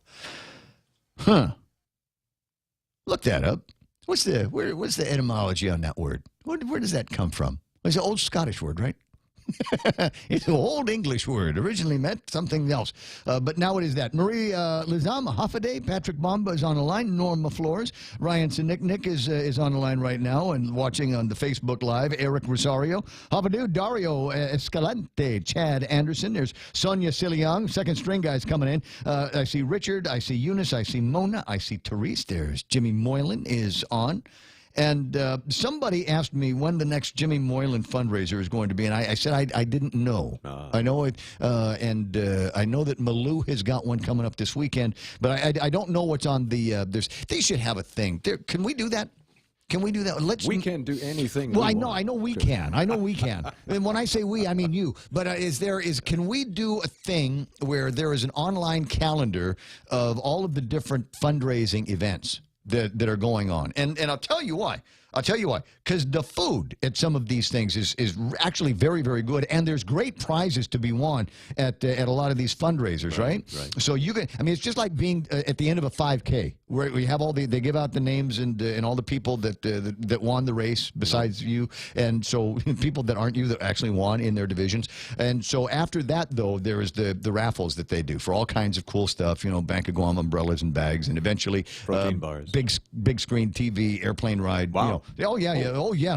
I should run more. You can get some great stuff at some of these events, nice. Right? But so what we need to have is a fundraising calendar. See now, as an example, Janae Uggan just sent me now a note for her fundraiser, May 16th at Kento's from 6 until 9. All right, we've got some chesa that they're going to be doing. And I hope Kevin gets to cook. $25 includes a free drink and an assortment of chesa and incredible entertainment. So nice. That's the point. So we can put that down on the calendar, right. And if there's any other fundraisers going on in the same day, people will be able to see that. Now I know what you're thinking. You're saying, Ray, they already have that on Facebook. There is an events page. But I wasn't going to say that, but that's good. I didn't know that. You didn't. So if you go to your Facebook page, no problem. If you go to your Facebook page on the phone, there's the little hamburger, right? Okay. The drawer, right? Yeah. On the right hand side. Hamburger. That's what it looks like to me. It looks like the three lines. Yeah. It looks like a hamburger. So you click on that, and it will take you to events. So today's events. What do we got for today? Are there any fundies that are going on today? May 10th, toddler time at Sky Zone Guam. Tribe Thursdays, $15 an hour or more. Okay, that's at Jumpers. Somebody's got a woman's Bible study going on. Tippin' Toes, is that still today? Jen Lucis has got something going on. Mother's Day notice from Jay's Flower Shop, Sky Zone, Early Bird Special, UOG Wellness Program, yoga classes. This can't be right. Cinco de Mayo specials at Morgan's Lookout Bar. Oh, I think you're on last week. No, it says Thursday, May 10th. from 11 a.m. until 11 p.m. Maybe they're on a delayed calendar. But do you see where there's no fundies tonight? No, and I'm going to look and see if there's some, like this week, are there any fundies? Taste of the Marianas. Okay, Cape Baltazar. See, this should have come up today. Cape Baltazar does have one tonight over at Kento's. Oh, okay. There we go. But I know that there's, and it's not showing me the other ones that are supposed to be taking place. So I'm just saying, it would be cool if there was like one place where we could go, Republican, Democrats. Not that it makes any difference. However, I will say this. Usually the food is cheaper and better on a Democratic fundraiser. Party Democrat, but vote Republican. Okay? That's the trick. So I was talking about something. And you completely distracted me with this. Well, we were talking about squabble earlier. We were talking about me being brilliant. Okay, I remember now. Okay. I remember this. The moment of brilliance, the moment of clarity that I had this morning. The story is from the governor's office that we are concerned about the CLTC squabble, which is the kinder way of me saying outrage. It's an outrage what is happening there. And for all of the figures of authority that I've talked to and that want to say that, oh boy, yes, we're concerned about it and we're going to do something about it, I still have not heard the word moratorium. Everything needs to be brought to a screeching and complete halt until we know for sure that there have not been any hookups. But if you start looking around, you will find every time you turn a page, every time you see a story, there's apparently another somebody that is related to somebody that's either in a land use, in the land management or CLTC that's got the hookups. All of a sudden we see their name. And they have got to put a STOP to it right away. And why that hasn't happened, I don't know. So this is the way they're going to, I don't want to say sweep it under the rug, but I might, is we'll send Vince down. We'll send Vicente LG, who's a smart guy. I like Vince. And you know what? I love his sons. You know his sons. Phil does the show at K57. That's one of his boys. And then there's the other one that I work with, his namesake that I work with over at Calypso. Good boy, smart. So Vicente, this is my advice to you. And if I come off sounding cocky, maybe because I think it's the thing that you can use that will help resolve the issues. Here's what we're worried about: is we're worried about people that are using their relation to individuals in power in order to get their names put up a little bit higher on the list, and nobody should have that kind of advantage. Nobody ought to be able to say, "Hey, dude, I know the guy. You know the chief there? That's my cousin. That's my primo." That's what we're all worried about. So we make it simple. Everybody at CLTC gets a swab, and we send it to Ancestry.com. I'm totally serious. We send it to Ancestry.com or MyHeritage or any number of these sites where they will do it, and then here's what will happen afterwards. This is the new information that I have about it, and thank you, Neats, for pointing it out. Is what they can do is, now that they have your DNA, they can look at the pattern that exists in your DNA and say who you might be related to. So if everybody on the list gets a swab, and this is worth spending money for, and everybody at CLTC gets a cheek swab, and we send it all to the business, and then when the reports come back, we cross-rip it. No, because the report will come back and say, "Oh, it looks like you're a Pacific Islander." No. But it will also match you. These things have matching services. Right. So if you got to pay extra for that. Well, but whatever it is, this is the idea. You pay extra for it, and then we know, because it will say Ray Gibson and Shelley Gibson are a match. Here, this will make your head explode. Ray Gibson and Montesilva are a match. Same mother, different fathers, right? But that's you could define the hookup that way. Even though we've got different last names, it will report who the matches are. And then we will be able to see who is taking advantage of familial relationships in order to enrich themselves, in order to bring some new property into the family. I'm just saying that to me is a solution to the problem. And for all of the other stuff, he says, it's not the word I wanted to say, but I'm family radio. For all of the other stuff that we blow money on, it seems to me that's a good investment. Yeah, that might be a good idea. Might be a good idea. Romeo's listening and says, don't even get me started on the FB events and calendars options. Those candidates all fail to use, etc. Let us know when the heck they're having an event. I mean, how hard is that? And in all caps, he says, and when Romeo types in all caps, it means he's serious. I want to do an emergency survival social media boot camp for the candidates. You should be able to do that. You should be able to do something like that. I'd back you up. But just get them all in a room and teach them the basics of social media, because you'd be surprised how many people want to know about these different events. Whoever is running Lou Leon Guerrero and Josh Tenorio's campaign, they already know. I watch YouTube when I go home at night. I don't watch local TV. Every ad is now a Lou and Josh ad. Really? What happened? Oh, absolutely. What happened to AutoSpot? Oh, it stopped. It stopped about 4 days ago. Now it's all Lou and Josh, Lou and Josh, Lou and Josh. So there you go. So somebody over there already knows. Yeah, I wonder if there's a connection. Wonder if there's I will point out that I have heard from people that aren't all that impressed with their and maybe not so much the campaign, but the content. Oh no, yeah, and look, honestly, I'm not impressed with any of their content, because so far no one running for office has told me what the heck they're going to do. All they've told me is that they're going to do everything they can for the people of Guam, which is everything they've always said. Yeah, so here's what I get tired of when we start talking about content is slow motion, anything in slow motion or anything shot with a drone. I'm over it, right? I am completely over it. I know you got a new camera. I know it does swell slow mo, and we're using all of the filters now, aren't we? Yeah. Yeah, back in the old days, we tried to use as many fonts as possible, but now we're using all of the filters that are available on the computer, and I am totally over it. CLTC experiences, I don't personally have any, but my friend Pat does. Huffa Pat.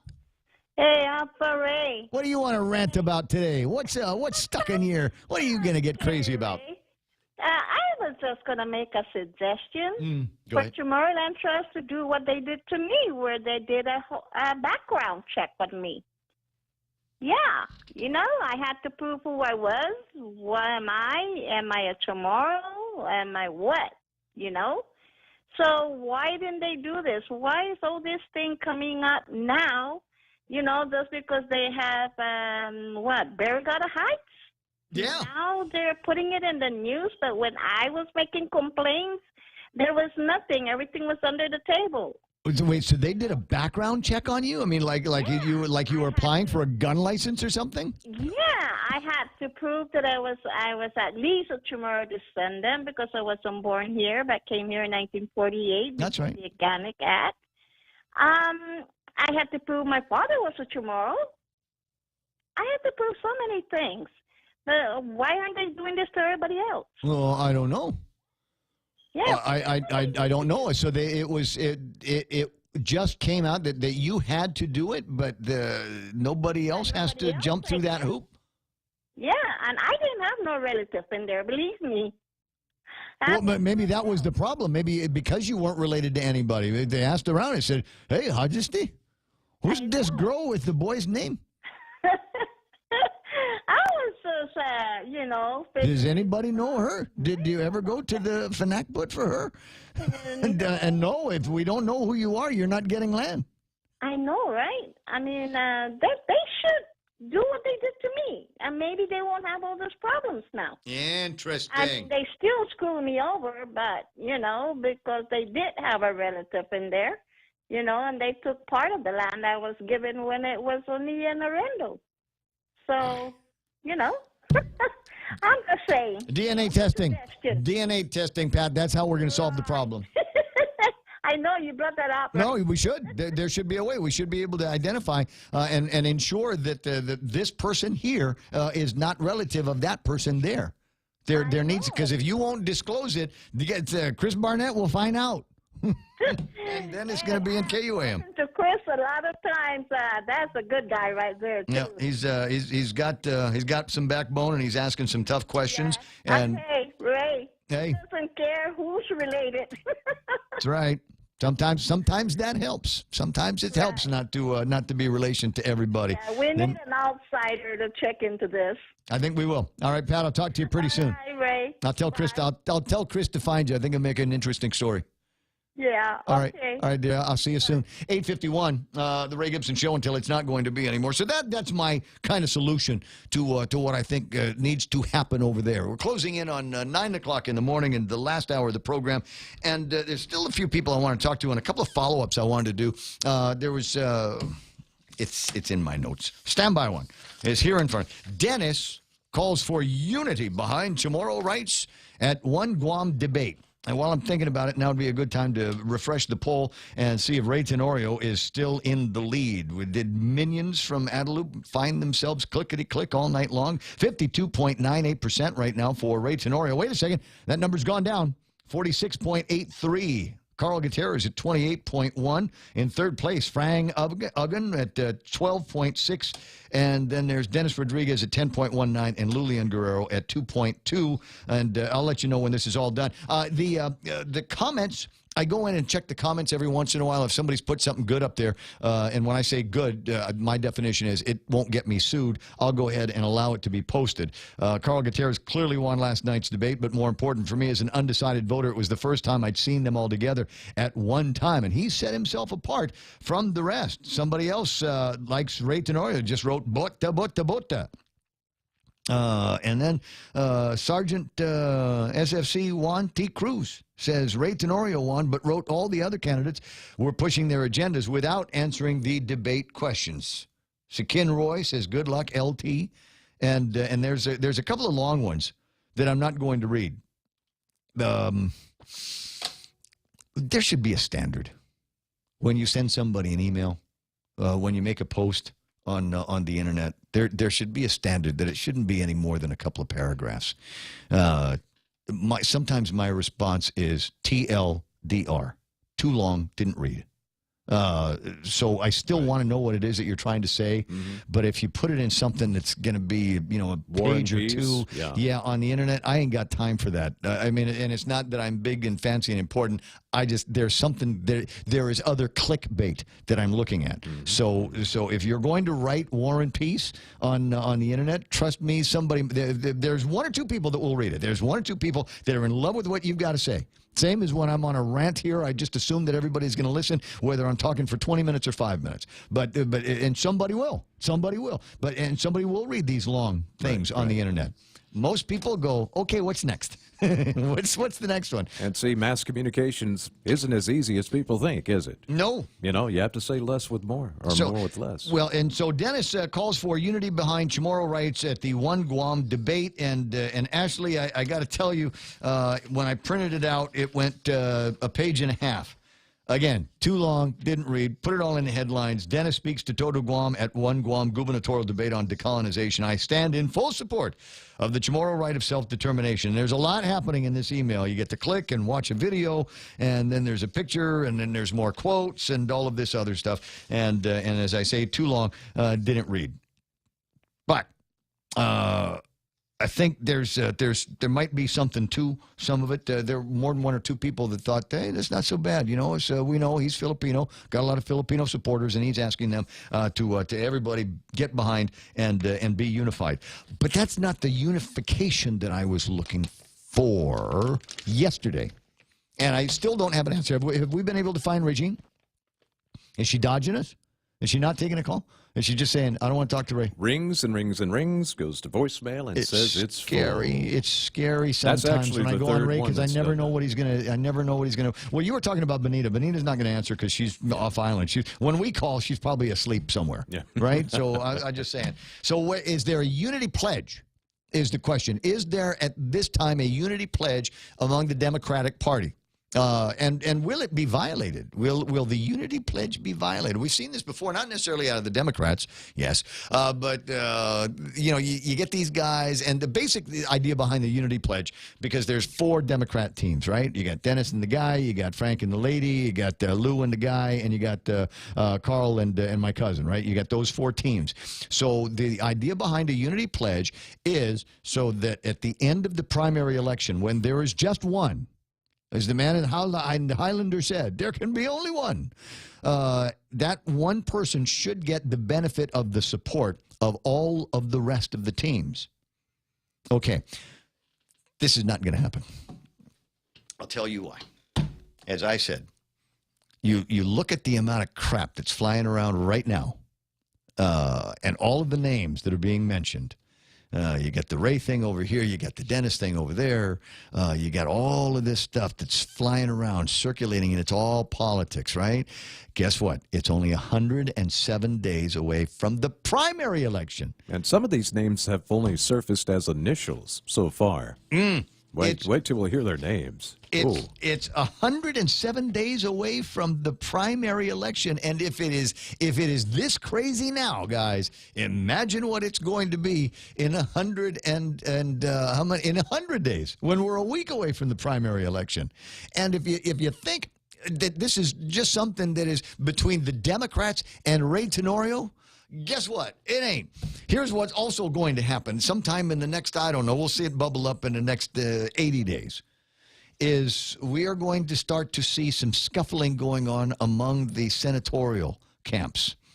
It's the Republican machine will want to have more Republicans in the legislature, right? They've been denied that for years. Right. So we're going to be shooting for a majority. Mm-hmm.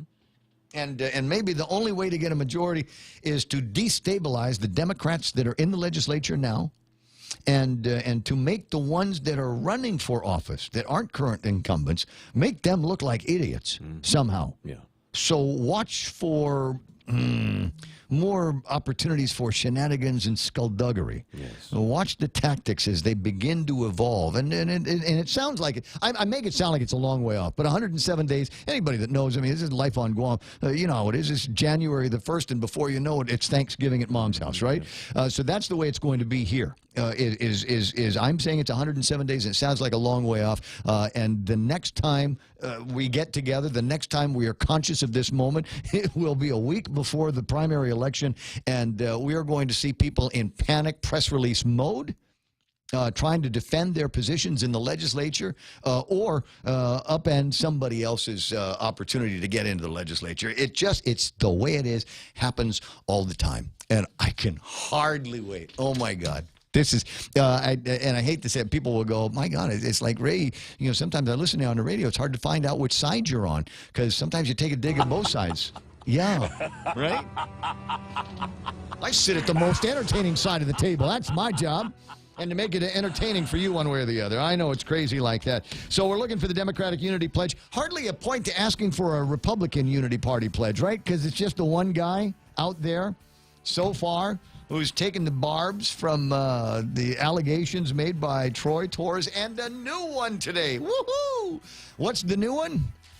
Ray Tenorio is going after vendors and business people, shaking them down to the tune of $100,000. Pay up, or Tom Nadeau is going to send somebody to your business, and they'll drop cockroach eggs and cockroach parts and put pork and chicken together. Yeah, it'll be ugly. Is there weaponization of departments and agencies in the government of Guam? Is the Pope a Catholic? No, that's not the question. Does the Pope poop in the woods? It's 9 o'clock in the morning, the radio station. It's KUSG. Headlines next from Fox News. Release secured. I'm Lisa Lacera, Fox News. 3 Korean Americans being held in North Korea on their way back to the U.S. after a meeting between Secretary of State Mike Pompeo and Kim Jong-un. Tony Kim, Kim Hak-song, and Kim Dong-chul have finally left North Korea. Secretary Pompeo says they appear to be in good health. North Korea arrested 2 of the men last year, the other in 2015. A U.S. official says the North Korean government stressed it was a hard decision for Kim to release the 3 Americans, and that they should be careful never to make the same mistake. Fox's Rich Edson at the State Department. President Trump and the First Lady expected to be at Joint Base Andrews when the former hostages arrive early tomorrow morning. Part of the meeting between Secretary Pompeo and Kim Jong-un's been discussing the location for the upcoming summit with President Trump. We picked a time, we picked a place for the meeting, or summit, as you like to call it. And I think it'll be very successful. But as I always say, who knows? Who knows what's going to happen? But It's going to be a very important event. There's talk Singapore may be the site of the meeting, which is expected to take place in the coming weeks. The U.S. taking further action against Tehran after the White House announced the U.S. would leave the Iran nuclear deal. Sanctions will be reinstated against Iran after 90 days, and more could be announced soon. White House Press Secretary Sarah Sanders says President Trump will continue to put maximum pressure on Iran to make sure it never gets a nuclear bomb. We're preparing to add additional sanctions that may come as early as next week. Earlier today, President Trump warned Iran there will be consequences if its nuclear program is restarted. Fox's Rachel Sutherland in Washington. Israel's army says Iranian forces in Syria fired about 20 projectiles at Israeli positions in the Golan Heights in northern Israel. Some were intercepted. Fox News, fair and balanced.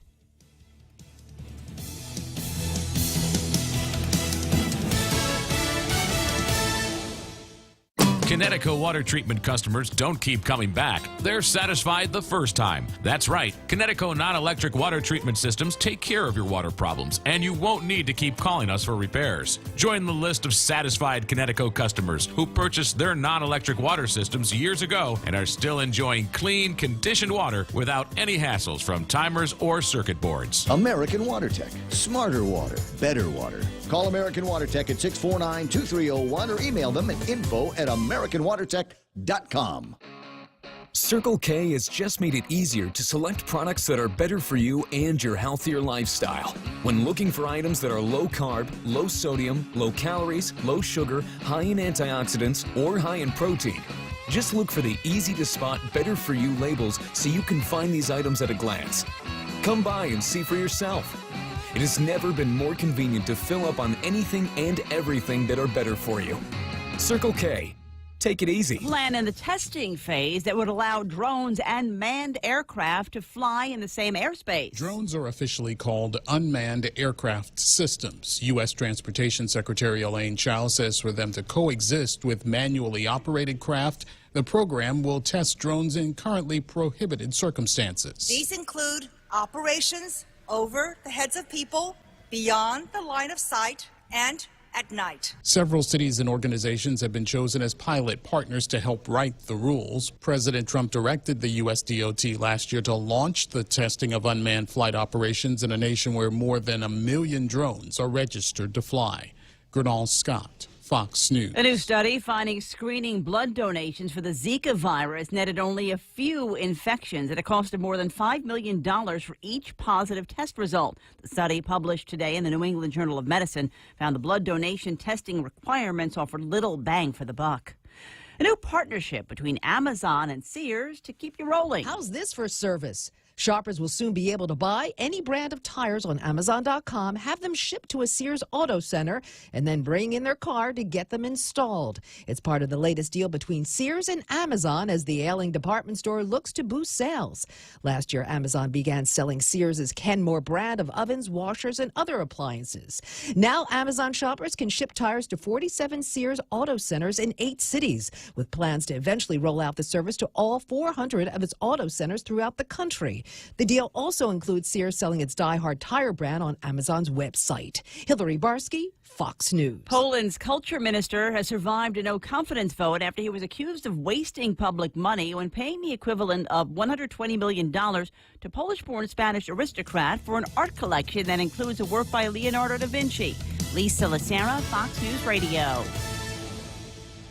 Manila, Osaka, Fukuoka. Dreaming about your next vacation? With the FHB United Mileage Plus credit card, you can get 10% off on United Airlines flights from Guam to Manila, Osaka, or Fukuoka when you book your ticket by May 31. Book your flight on United.com at a United City ticket office or your local travel agency using promo code FHB18M.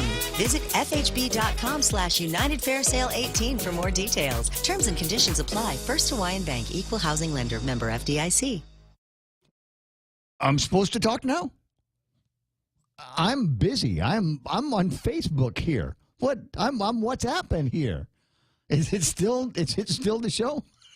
Well, WhatsApp. Now, see, if I'd have known that, I'd have just played some more spots. Oh, My all right. bad. Yeah, well, WhatsApp is important. I'm scolding somebody. Ooh.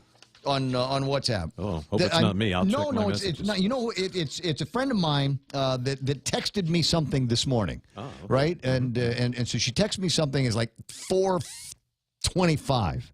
Okay. And it distracted me so much. This message that was WhatsApp to me at 4:20. It distracted me so much I forgot my coffee at the house. So that's what I was doing. I was basically saying, I want you to know that I am not having the best show in the world. I am not I'm not number 10 on a 1 to 10 scale of brilliance today because I don't have my coffee canteen. I have the Mumps cup.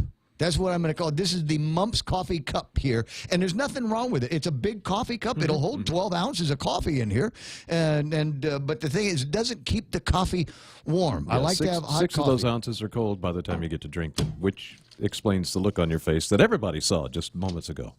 Anyway, but and as usual, in typical Ray Gibson fashion, I cannot accept personal blame for this. I am sorry. It's somebody else made me forget my coffee. And so I need to get that out. I need to make clear it's like a to snowball, this person man. how they've ruined the program for everybody else today because they were so selfish. Had to text me something at 4:25. If you want coffee. Because I know this. Actually, Dave Alcorn. At King's. We've known each other for years and years and years. And I remember there was one day, speaking of King's, because that's the spot I got to read here, is he brought me, I remember one night he brought me in and he says, I wanted to test some drinks on you. And I'm thinking he wanted to test some drinks from the bar with me. And imagine my disappointment. He says, okay, so I've got a new coffee vendor. I want you to try out all these different coffees with me. What time was this? It's too late for coffee, Yeah, I'll tell you yeah, what. But anyway, so we had it. We had a nice dinner, and then they started bringing out all these different blends of coffee. And then the next time we got together was I want you to tell me about the cups because they wanted a very specific kind of cups for Kings, and so we auditioned those as well. It was a good time, Dave. You remember that, don't you? This portion of the show brought to you by my longtime friends at Kings. They've been serving you favorites and your families for over 40 years, and I helped contribute to at least the coffee part of it. King's Restaurant, always open, always local. One of the longest-running primary care clinics on Guam, the FHP Health Center, has been your convenient one-stop healthcare clinic for you and your family for many generations. FHP's highly trained and well-known medical, dental, and vision providers and their friendly clinical support team are here, ready to take care of you. In addition to the excellent care, FHP offers a full-service pharmacy, laboratory, radiology, and specialty care center in one location. FHP Health Center, our island, your clinic. Most insurance accepted, including Netcare, Aetna, and TRICARE. Security Title is honored to join in sponsoring Ray Gibson on The Point. Hafaday, my name is Jesse Cruz from the village of Maina, and this is where I start my day, listening to the voices of our community and sharing thoughts about issues that affect all of us. It all boils down to our people and our land. Protehi Tonomo, protect your land. When it comes to your family land, remember to call the professionals at Security Title, just like you call Ray Gibson in the morning. The Extra Point with Jerry Roberts of Guam Training every morning on The Ray Gibson Show. Do you have an iceberg problem in your workplace? I'm Jerry Roberts, and at 7:20 a.m. on The Ray Gibson Show, we'll check the temperature and see if there's a chill coming on. You can find daily transcripts of The Extra Point by Jerry Roberts at GuamTraining.com. Tune in every weekday morning at 7:20 for The Extra Point with Jerry Roberts on The Ray Gibson Show on 93.3 The Point. Morning talk that matters. The Ray Gibson Show. Call now. 888-TALK. That's 888-8255.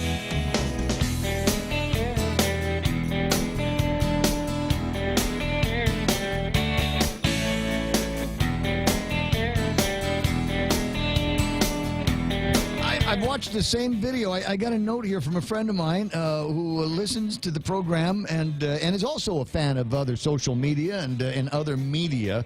And he writes, I was watching the YouTube post of the debate, and one thing that stood out was the singing of the national anthem, or should I say some anthem. I replayed it several times to try to figure out what the singer was trying to do. I couldn't. It seems the sponsors and questions favored independence, but that's no excuse to disrespect the national anthem. And like I said, I've seen the video as well. If you give me a couple of minutes, and if I wished I'd seen this email about 45 seconds earlier, then I could have opened up my the WhatsApp, because it was sent to me in a couple of different WhatsApps chats from the same people. I don't want to say it's going viral, but there's a lot of people that saw the same thing and thought it was kind of an odd rendition of the Roseanne rendition of the anthem. So I'll tell you what, maybe after the next break, when I've got some time, I'll dig it out and play it for the listeners of this radio station, so that you might be able to divine whatever it was that they were going on about. Speaking of emails, I don't do this enough. RayGibsonShow@gmail.com is the way to get a hold of me. And just a note, don't send me any emails at 4:25 in the morning. That's when I'm thinking about leaving the place. I need to go to work, and I will forget important things, right? So I'll forget my wallet or my phone or the coffee or my gun or whatever it is. I'll forget it, and so I've got to do this check mark that I didn't do it today. Was it at least a good email? Oh yeah, no, there's nothing wrong with it. It's just, it got me thinking about, different things, and almost, daydreaming, even though it was still nighttime, and so anyway, it just kind of was strange. So earthquake this morning, did you feel it? Where were you when it happened? I've contacts from more than one or two people on a variety of chat groups that I'm on that say that they were actually on the toilet when it happened. That's scary, yeah, because...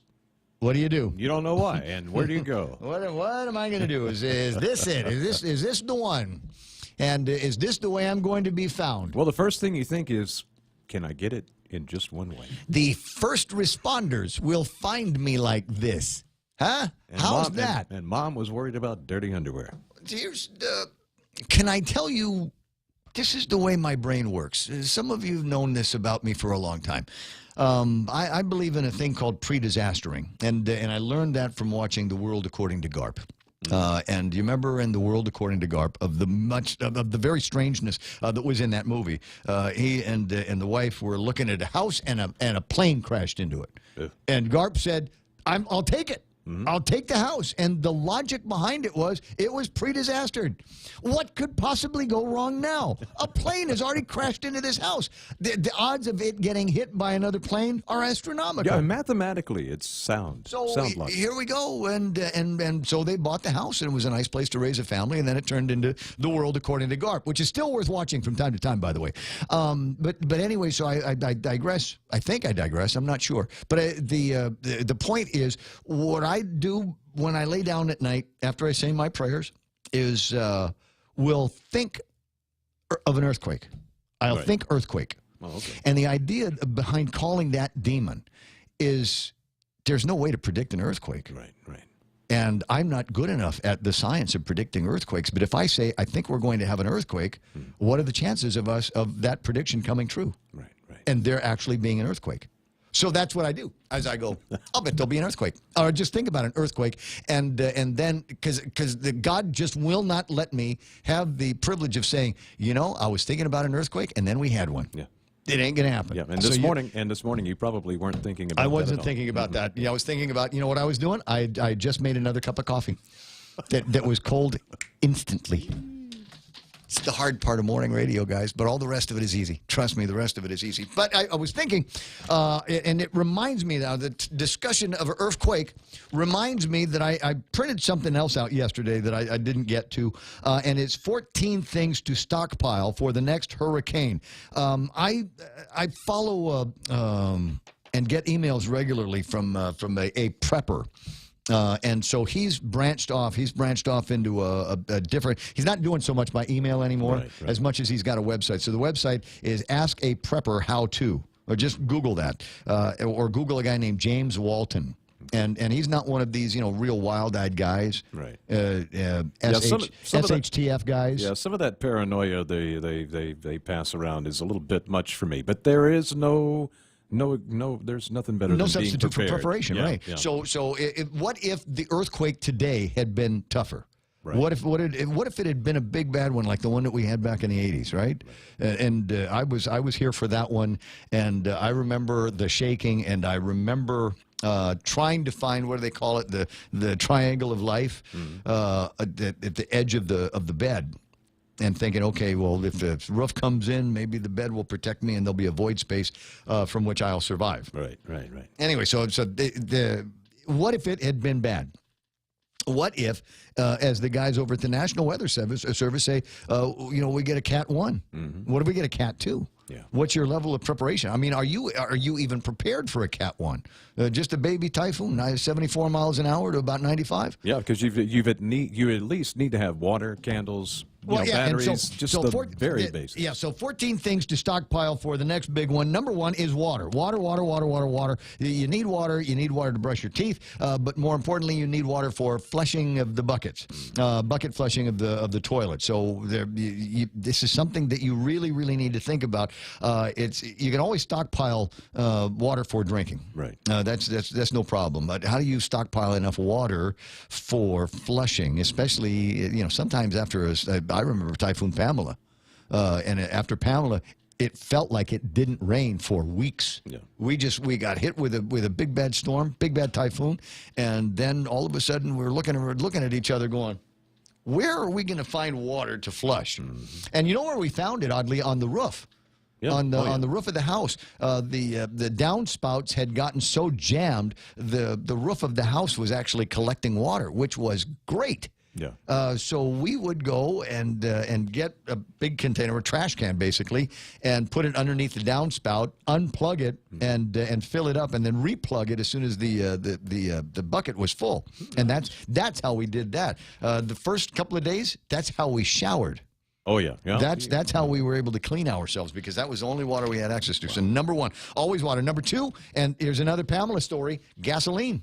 When there was no electricity to run the pumps at the cruise service station, we didn't get any gasoline out of the pumps to run the trucks, so we could go to Pedro's and get ice. That was a problem. And to this day, among the things that I will tell people as we run up, when we do the inclement weather run-ups, is put gas in the car. Yeah. Now, the other lesson that is learned is one of the storms that we had 15, 20 years ago now, 17, 18 years ago now, is there was an explosion at the mobile gas tanks down in APRA. Oh, wow. Yeah, and that was bad. So they weren't taking and they weren't putting any new gasoline in there. Yeah. So essentially the entire island access to fuel was all that they had in the tanks at the time, and whatever was in the vehicles at the time. Wow. Oh, it was terrible. There was no gas to be found. The government of Guam actually was able to put together this ad hoc.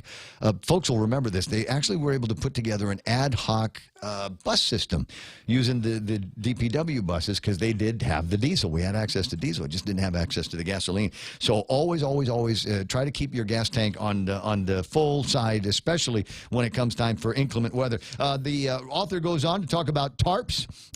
Not so much a big deal for us here because a lot of the rooftops are concrete, but in the States where they still make roofs out of basically paper and wood, it's good to have some tarps in case the house blows away and you have to cover your family and friends. Cordage. So tarps not any good if you've got no way to tie it down. So always have access to some rope. And you can buy rope. You can buy 1,000 feet of rope for nothing over at Home Depot or Benson. So every time you pass by, just grab a few of them. Batteries are important.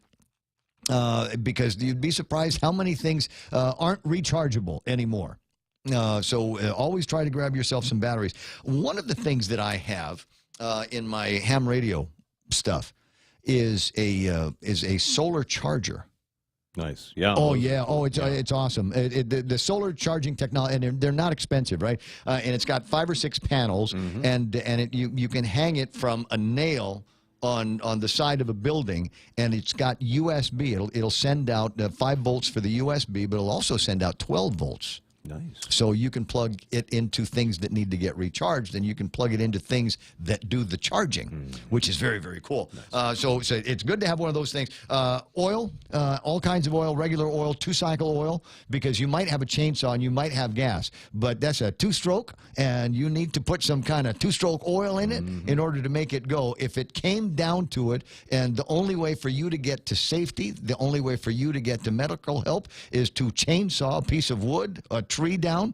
You want to make sure that you've got everything that you need to have it done. Flashlights, it's good to have the very expensive flashlights, but it's also good to have cheap ones and sprinkle them around like reading glasses. Then there's money. Should have some cash on hand. Going back to the flashlights very quickly, you can buy those that are solar charged as well. So you can sit them outside in the daytime when there's no power. They'll charge up. Then at night when you need them, there they are. So that's what my sister did. They've got these decorative lights at the hardware stores, and they're meant to garden, mark off the sidewalk in the house, or put some accents on trees at night and things like that. Well, yeah, but you know what? They're a light source. So you're right. You take these things, you stand them up outside, and let them charge all day long. And at night, basically, you've got light. They just go right on and say hello world, and they're not terribly expensive. And as I said, they've got the other usefulness of being something nice that you can have in your yard. A full spectrum hygiene system. In addition to the cash, you should have some way of being able to keep yourself clean. Wash the stinky parts, as we say. Ready to eat food is important. We talk about canned food, but there's if you listen to Coast in the middle of the night, no shortage of businesses that would love to, and you'd be surprised how economically this stuff will ship to Guam with some of these vendors. And you can get food that will last you 25 years. But if you do, word of advice, don't tell anybody. Yeah. But you don't want to be a target to the marauding zombies that are going to be out burglarizing houses looking for stuff like this. First aid is important. Basic over-the-counter medication is important. And an unfortunate lesson that we have learned over the years is when the bad weather comes and goes, some bad people come and they stay. And they will find creative ways to steal whatever it is that you have invested in to keep your life sane. One of the things that we learned, God, I remember the story. I remember the lady calling me up on the radio station, and she was just so angry, she was almost in tears. She had a generator and laid down, take a nap. Generator's playing outside, she lays down, takes a nap, and she wakes up later because the fan stopped, but the generator was still going.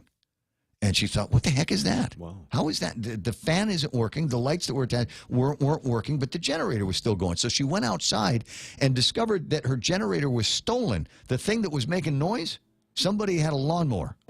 Started a lawnmower, replaced the noise of the generator with the lawnmower, and went off with a 10,000 watt mower.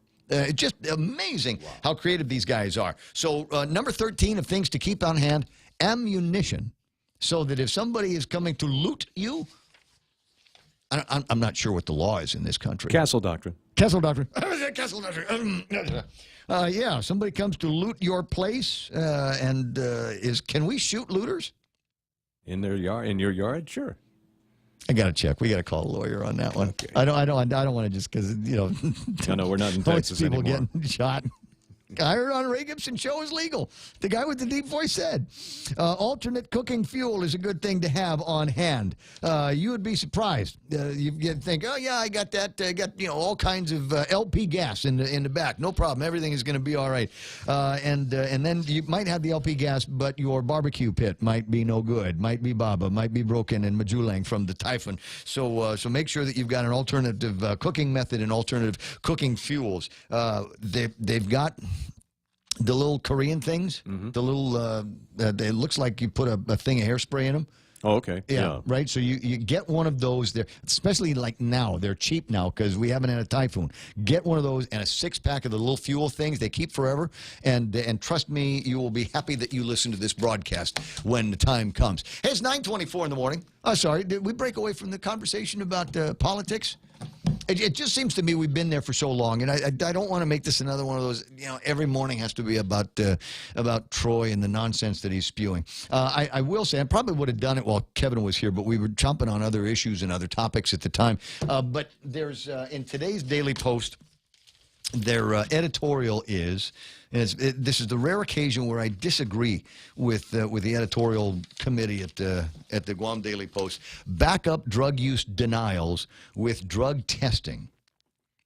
From the construction site helper who said to police he was using meth to keep up with his menial job, to the once influential and familiar faces such as Torres, drug use in our community has become a pervasive poison. The problem calls for public figures who deny drug use to offer to get drug tested and show the test results to the public. That's the ultimate way to clear their names if they still want the public's trust. And I'm sorry. I disagree with that position. I disagree with that position. If somebody accuses you of something, the burden of proof should be on them. You say Ray Gibson is a drug abuser. Okay, prove it. Yeah. Ray Gibson did this. Prove it.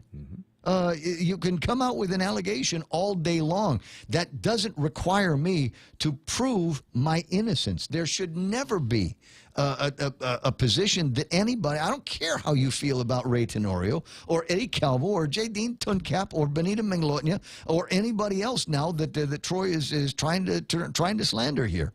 The truth of the matter is that he is the one making the allegations. He is the one that needs to back it up. One of the pieces of audio I haven't played for you yet, and I might do it now, warning to the producer, is there have not been any complaints sworn out. This has all been playing out in the media, and there are people in the media, myself included, that are hungry for stuff to talk about every day. We're hungry for stuff to put on the news every night. We're hungry for stuff to put on the front pages. And Troy Torres comes out here, and he's opportunistic. He understands the game, and he says some inflammatory things, and some of them may be true. But it's not up to me to determine what is true. It's up to him to show me why it's true instead of making these allegations. So if you're going to keep flapping your gums, at some point, you're going to have to back this stuff up. What's the old saying? Put up or shut up. Yeah, I think there's a lot of people that have so far been pretty patient about this, and I'm wondering when their patience is going to be beginning to wear thin. He's and apparently an easy get, but I'm not falling for the bait. 9:27. Kevin got together with J.I. Cruz yesterday at the bequeathing of the new police race cars, and this is what that audio sounded like. The bottom line up front is? The bottom line up front is the allegation that Mr. Torres is making is exactly that. It's an allegation of corruption in the Guam Police Department. And as I've indicated earlier, we welcome a complaint if that is what Mr. Torres wants to pursue. Like I told KOAM, we take corruption in the Guam Police Department very seriously, and I made that known. If he wishes to file a complaint with the Guam Police Department or with the Office of the Attorney General or with the Federal Bureau of Investigations, by all means, he has those options available to him. So no complaint has been filed? No complaint has been filed to the Guam Police Department regarding any kind of allegation of corruption or any misconduct relating to Troy Torres or the incident involving his arrest. No truth to the allegation that he has made? At this point in time, there is no truth to any of that. I've been apprised by the officers who are assigned to the Criminal Investigations Division and the Medalla Drug Task Force, and his allegations right at this point in time are exactly that. They're allegations. And you never took any orders from anybody to arrest him? Absolutely not. Absolutely not. I gave no order to arrest Mr. Torres, and no orders were given to me to arrest Mr. Torres as well. Thank you, Chief. Okay. Appreciate it. All right. And I don't know what the song is that's playing in the background. It sounded fun, but the content of the remarks that J.I. made. And so the reaction, I know what the reaction is. The reaction from Troy is going to, well, of course that's what he said. He's a liar. Okay, you want to call the chief of police a liar? You already called the lieutenant governor a liar. You've called the lieutenant governor candidate a liar. But if you're going to keep going down this road, eventually somebody is going to say, prove it. And maybe today is the day that I say, prove it. That's pretty much what the lieutenant governor said. He's time to go. Where's the proof? He's saying all these things, and that's all he's doing is saying things. That's all right. They'll be. I'm wondering today what it's going to be. The new one this morning was that Lieutenant Governor Ray Tenorio is shaking down businesses in an attempt to grab some campaign money, $100,000 from one of them. And maybe I'm too generous with the benefit of the doubt, but again, prove it. There's apparently some unnamed sources that will corroborate this, and I'd kind of like to know who some of these unnamed sources are and whether or not they're recovering drug addicts or current drug addicts, and just trying to throw some more paper up at the paper's not the word I'm thinking of using. It's the one that was in my head. The safe word is paper. The safe word is paper. Safe word is more, actually. And you can't say poop. I did. I used poop earlier, but it didn't have the same. Yeah, there's just not enough energy with poop. You know, Troy Torres is throwing more number 2 at the wall to see what sticks. I don't know. See, it didn't have the same. It needs something with some vim and vigor on it. Where are we? 9:31, I guess. That's iConnect time in the studios of The Point. iConnect wants you to, connect longer for less with their push-to-talk and mobile plans.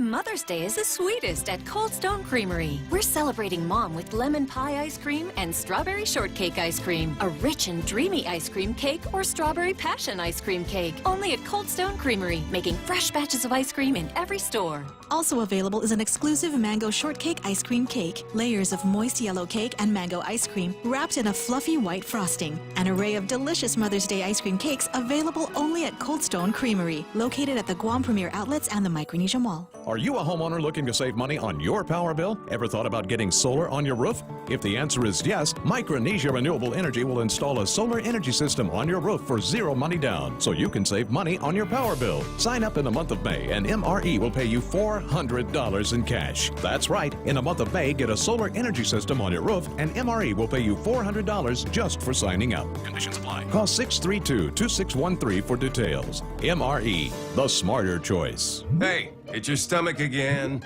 Subway has all new signature wraps, and around the water cooler, the other stomachs can't stop talking about them. Chipotle Southwest Steak and Cheese, Turkey, Bacon, and Guac, Rotisserie-style Chicken Caesar signature wraps.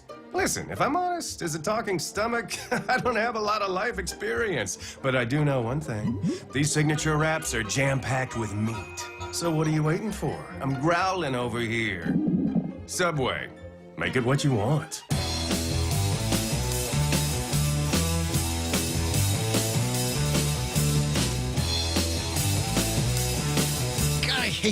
I hate that. I'm sorry, getting sound like Ray Tenorio. I defy. But I'm having a hard time finding something on the Facebook or yesterday it was everywhere. I couldn't avoid it. It was the video of the guy singing the anthem. Right.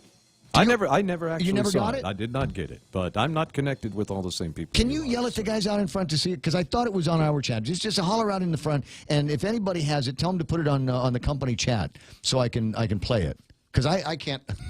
Yesterday, when I wasn't looking for it, it was everywhere. It was on every chat that I was on. It was on Facebook. It was the whole thing. I was getting instant messages and email the thing. And now that I'm looking for it so I can play it for you and impress you with the significant technology that we have here at the Point, now I can't find it. So, yeah, so if somebody has it, WhatsApp it back to me. I got an incredible team out in the front, and I guarantee that somebody has got it, and they can flash it to me in a second, and then I can play it for you. So anyway, but there is. I got this from my buddy AJ. We were talking about different events that need to get promoted, and AJ himself is running for public office, which is a nice thing. So AJ sends me a link here with a picture on it that says Team Feds. One Team, One Hope, Relay for Life fundraiser. It's the 11th annual Chili Cook-Off, and it's going to be taking place tomorrow, my birthday, perfect, from Chili. 6. Yeah, 6 until whenever, and this is going to be at the venue tomorrow night, 6 until 9 at the venue. What's it say? How much is it? How much is it to get in? Oh, I didn't know it would do that. Oh, that's fun. You might be able to see it, but can I? Wait, $15 donation includes a free drink and chili, obviously, and poo-poo. I still giggle like Beavis and Butthead when I see that. All right, got it. Now, let me see, because okay, good. It's not. I was wondering if that was on the television, but let me back out here. Sorry, I got to multitask as friends and family now are. Everybody is hearing me. Reach out, plea on the air for somebody to send me the video. I think we just got it on the main chat. Okay, we got it. Well, yeah, Mark beat the main chat guys to it. So here's what I'm going to do. I'm going to put this up. I always got to check before I put something from my WhatsApp page on the screen. Because there might be some deeply personal stuff there. There might be might even be some hateful stuff in there too. I'm just saying. So let me click on this, and I'm not so much interested in the video as much as I am for the audio. Did I click on the right thing? Okay. Through the night, that our flag was still there. Oh, the Star-Spangled Banner, yeah, yeah. Huh? I think some words were missing. I'm just saying.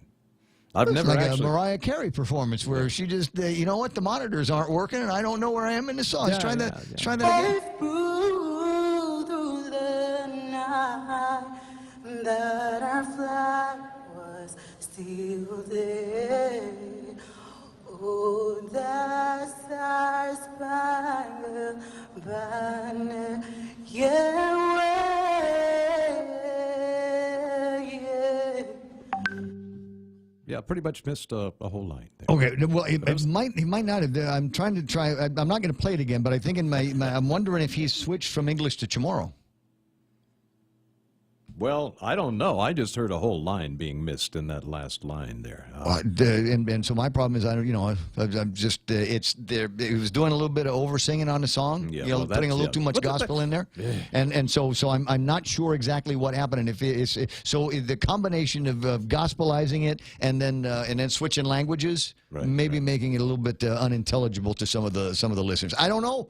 I'm not that guy. We'll just leave that there and see what's happening. Okay, you can go ahead and turn the advert down because what you're going to hear now is my phone pinging from all of these people that are sending me WhatsApps and other conversation starters for the program today. No, it's okay. Look, I'm almost done. Is it? Mark says it's the Palauan interpretation. Ah, okay. Is that possible? So you should change your WhatsApp notification to this. Get up, it's Jesus Day. That way it's at least more entertaining to us. I got you. Yeah, but the problem is somebody I know named Mike likes to send messages to everybody in the group chat when he wakes up at 3 in the morning. When somebody else is trying to sleep until 4, all of a sudden I get this Mike. Mike's discovered emojis. Can I just say, I got what is a 51, 52-year-old guy, my producer on the program, and he's discovered emojis. And so the other day, while I'm trying to get the last few minutes of sleep before going on the air, right? The other day, and he sends one of these emojis, and it's a picture. It's the emoji picture of Mike going, "Hey, it's Friday," or something like that. And I'm going, yeah, that's Bitmoji. Yeah, he looks a lot like me, yeah? Yeah, I got you. So.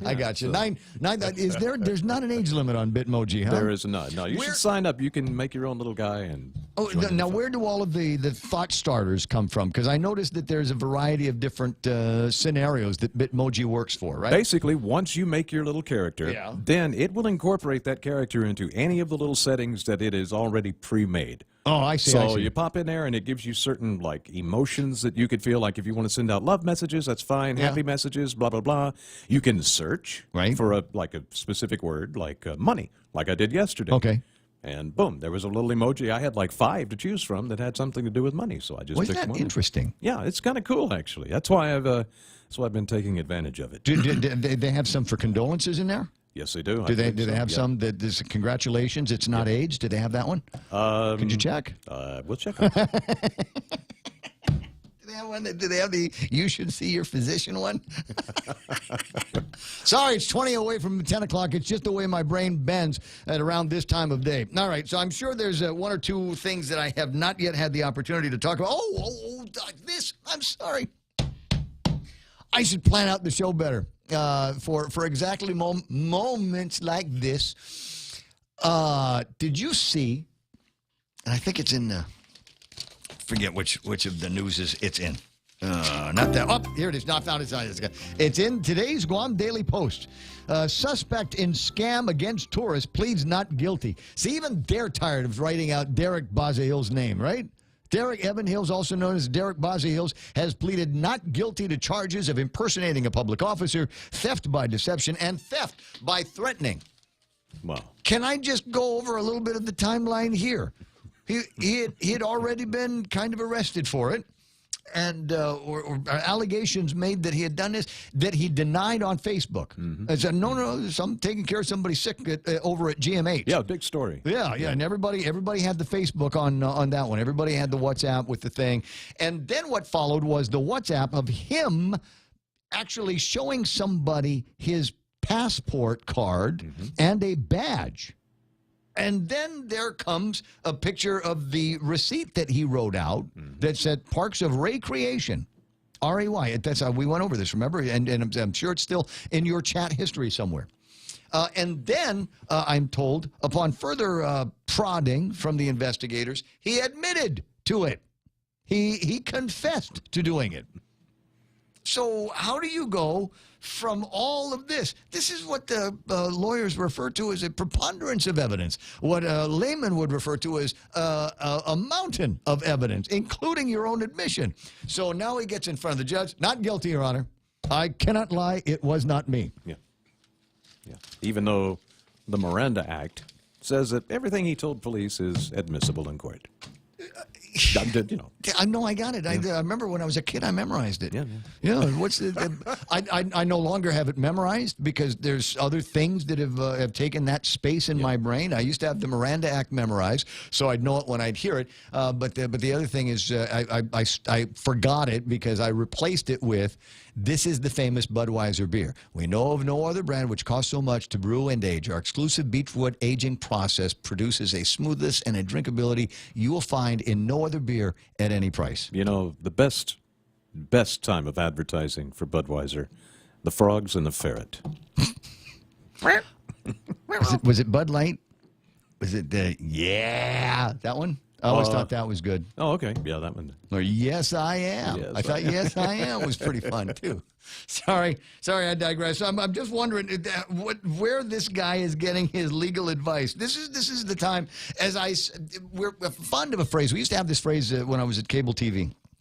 And if you knew you were in trouble, you know what? You just fess up to it. You just, I don't even want to say you fall on the sword, but we'd have meetings with guys. And you're a valuable employee.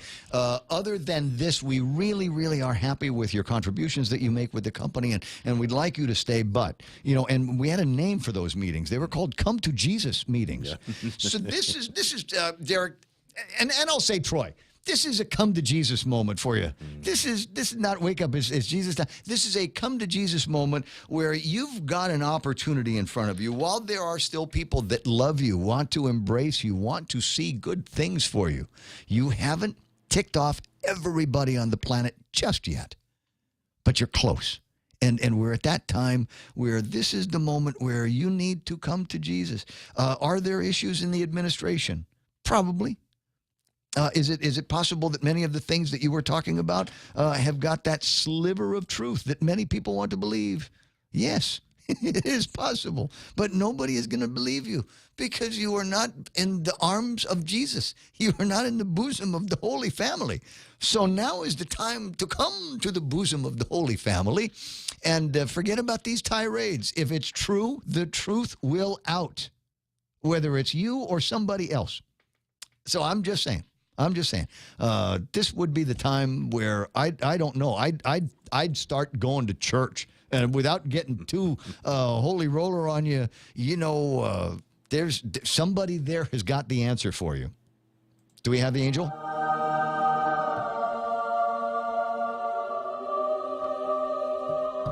You remember in the Blues Brothers? You remember in the Blues Brothers when they went to go watch James Brown preach? Oh my God! And the light from the back of from the steeple, and it landed on John Belushi, and then he started doing. Oh my! What a great moment that is! And you're denying yourself that moment of revelation. You're denying yourself that. Just be quiet. Go to church and look for your answers there. Currently, 9 9:45, and I might could play some more audio. We played it earlier in the program, but I recognize that many people that listen to the program are coming and going. The same folks that were here at 6:30 are probably not going to be here at 9:30, and I want to make sure that everybody gets a chance to hear some of the audio that we've got for you. The allegations that have been made, and the theme for today's program was going to be meantime.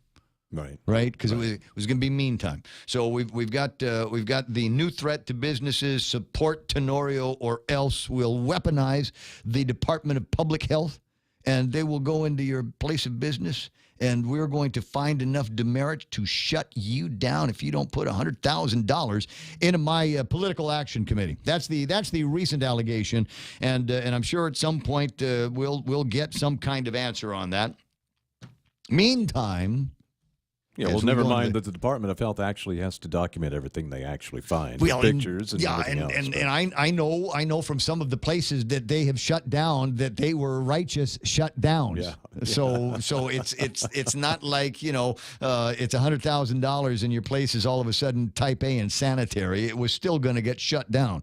At any rate, so meantime, getting back to the meantime theme that I was going to go with this morning. Meantime, Tenorio vehemently denies the allegations of drug use against him. And what did that sound like when he vehemently denied that? We've got the audio from a conversation that Kevin Kerrigan and others had with Ray just yesterday. And I will point out there's a couple of interesting things. Number one, Ray has been getting pretty testy about this, and I think this is an indication that he has about had enough of it. But also the fact that there is some handling going on. He had somebody around him that didn't want him to spend too much time with the media and respond specifically to a lot of the questions that they were asking that had nothing to do with new race cars for the police department. You can just respond to that. If you don't want to, sir. Yeah, 2 words.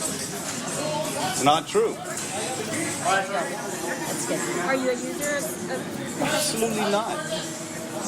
Will you be filing any legal action against Torres for all these statements? We'll consider it. I'll talk to our lawyers. I think that's enough. But do you want to say something about the media and the media's role in all this? Is there advice? Is there anything that you feel that we should do differently? No, we'll just leave it at that. It's simply not true, and anybody knows anything about me knows this is not true. So I know what I've done, I know what I haven't done, and that's enough. What about the nature of the allegation itself? He said, Troy said he heard from somebody who didn't name that this other person had witnessed this. I defy anyone.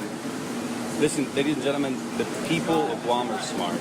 Most of the people know what you've done in your life, what I've done in my life. They know the reality. All I've done is work for the people of Guam in the best of my ability and looked out for their best interests. Been a police officer, senator, lieutenant governor.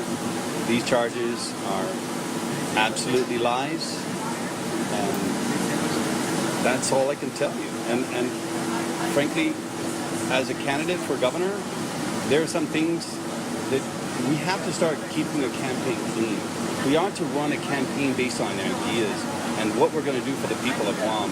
And it really is starting to get just crazy. I know it's campaign season, but truthfully, can we run a clean campaign based on what we're going to do for the people of Guam? Yeah, we're done. Thank you. Yeah, we're done. Did you hear that? That's Tina, I guess. I was told a girl named Tina that is working down there. Oyal is out of town, so the current handler of the information is, I guess, Tina Bloss. And did you see how quickly? Not a breath. And we're experts in audio here at the radio station. There is not enough room to squeeze a razor blade in between his last utterance and her first one. She needed to get him out of there right now. Right now. And doing a job, right? Because it's like Trump anymore, right? Anything he says. And again, you look at the allegations that have made against Trump and any number of people these days. And just if you make the allegation, all of a sudden the burden is on the person who's got all these allegations against them to defend themselves. Well, you know, it's really... And I don't think it's right. No, it's not right, but it is human nature. And this is why we have to be told in our current judicial system that anyone accused is innocent until proven guilty, because as humans, we have to be convinced of that. It's human nature to prosecute them upon their guilt. Right. So, but in the world that we live in now, it's 2018, and the concept feels primitive. The concept of justice feels primitive and slow, and frankly, it's more fun. It's more entertaining. It's more provocative to have trial by Twitter. Oh, sure. And if there was an F word that I could use with Facebook, just for the alliteration purposes, that is also judicial. I'm trying to think of one now, and I can't because I forgot to go to law school. But if there was, trial by Twitter or something by Facebook, right? If there was something like that, that would be awesome. It would just complete my thought perfectly. But anyway, that's not what people want anymore. But people don't want to watch justice. People are not going to be interested after Troy, files some kind of a complaint, because then we'll see what he's got. Right. We'll have to see what then it'll be boring, and then everybody will go, "That's it? That's all you got? Come on, where's the beef? Clara Peller, where's the beef on this thing?" So it's more provocative, it's more exciting, it's more gossipy, it's more something that we think we can wrap our head around as we're having our lunches and our cold beers at the end of the day. Anyway, 9:51 in the morning, and then we go into the next meantime. Ray Tenorio vehemently denies allegations of drug use. Meanwhile, Calvo vehemently denies allegations of any kind of bias in the selection of the government of Guam healthcare plans for employees and retirees. And I mean, it makes sense. There is a process by which this goes. I'm not 100% thrilled with the process, but it's not that I don't like the process. I don't like I think there is an omission in the people that sit there. The representatives of the taxpayers is a member of the legislature. Right. And the problem is the members of the legislature are also representatives of the employees of the government of Guam. And it is not in their best interests to come up with these health insurance plans that cost employees any more money. It's easier to say the government's share will increase. Yeah. Well, the government share is not the government share; it's the taxpayer's share. Right. And so I think there needs to be more of a taxpayer's ombudsman, somebody that will represent us and advocate for taxpayers in this process. That doesn't exist. That doesn't mean there's anything wrong with the process or the way it's done. And I think it has been done, I think, successfully over the years. And I think there's probably less bias as a result. Ray Tenorio is the guy that makes the decision on what is and what's not going to happen with that. And that's smart money, because Eddie Calvo Select Care, made the connection, right? Yeah, yeah. And early in the administration, he backed away from that. He said, I'm not going to do that because of the conflict. He could still, just by identifying that the conflict exists, he could still say, yes, but I'll make this decision, for the betterment of the people and the employees and retirees of the government of Guam. He could have just disclosed it and still moved on.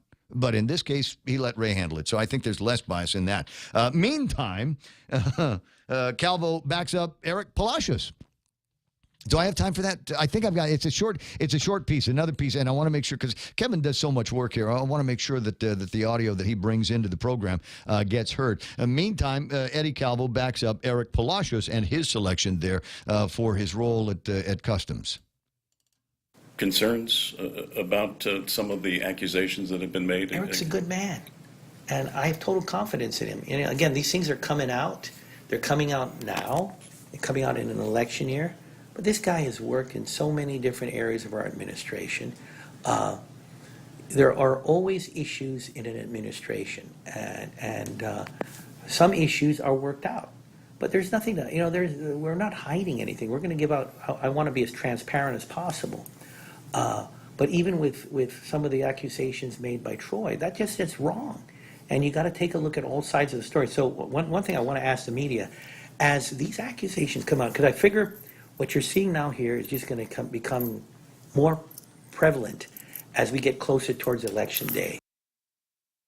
Ding, ding, ding, ding, ding. which led me to go to the Guam Election Commission and look up the number of days between here and the primary election, and it's 107. And if you think that the monkeys are throwing poop all over the place today, just wait until we see how much poop is flying when the monkeys are in another 80, 85 days. I think poop works good when you use monkeys. With monkeys, right? Monkeys. Yeah, I got you. There we go. It's at 9:55. We'll continue to fling some poop after these. In this divided world, there are still a few things that unite us. The thrill of an exciting championship game. Fires to the end zone. Touchdown! The sound of great music. The Grammy goes to... And the love we have for that perfect burger. Ruby Tuesday Guam presents to you For the Love of Burgers menu. For a limited time, we want you to put down that fork, tuck that napkin in your collar, and go for broke with an amazing burger for just $11.99. 8 burgers to try, and time is a-wasting. Ruby Tuesday Guam lunchtime. See you soon. Capture moments with Mom forever and remember her special day. Hi, Mom. Even though I always think about you a lot, you've been on my mind lately, especially with Mother's Day coming up. I'm definitely the proudest of all to be your daughter. Happy Mother's Day, my lady. I love you. Happy Mother's Day. Get $50 off Samsung S9, S9 Plus, and a free wireless charger. Some conditions apply. Docomo Pacific, better together.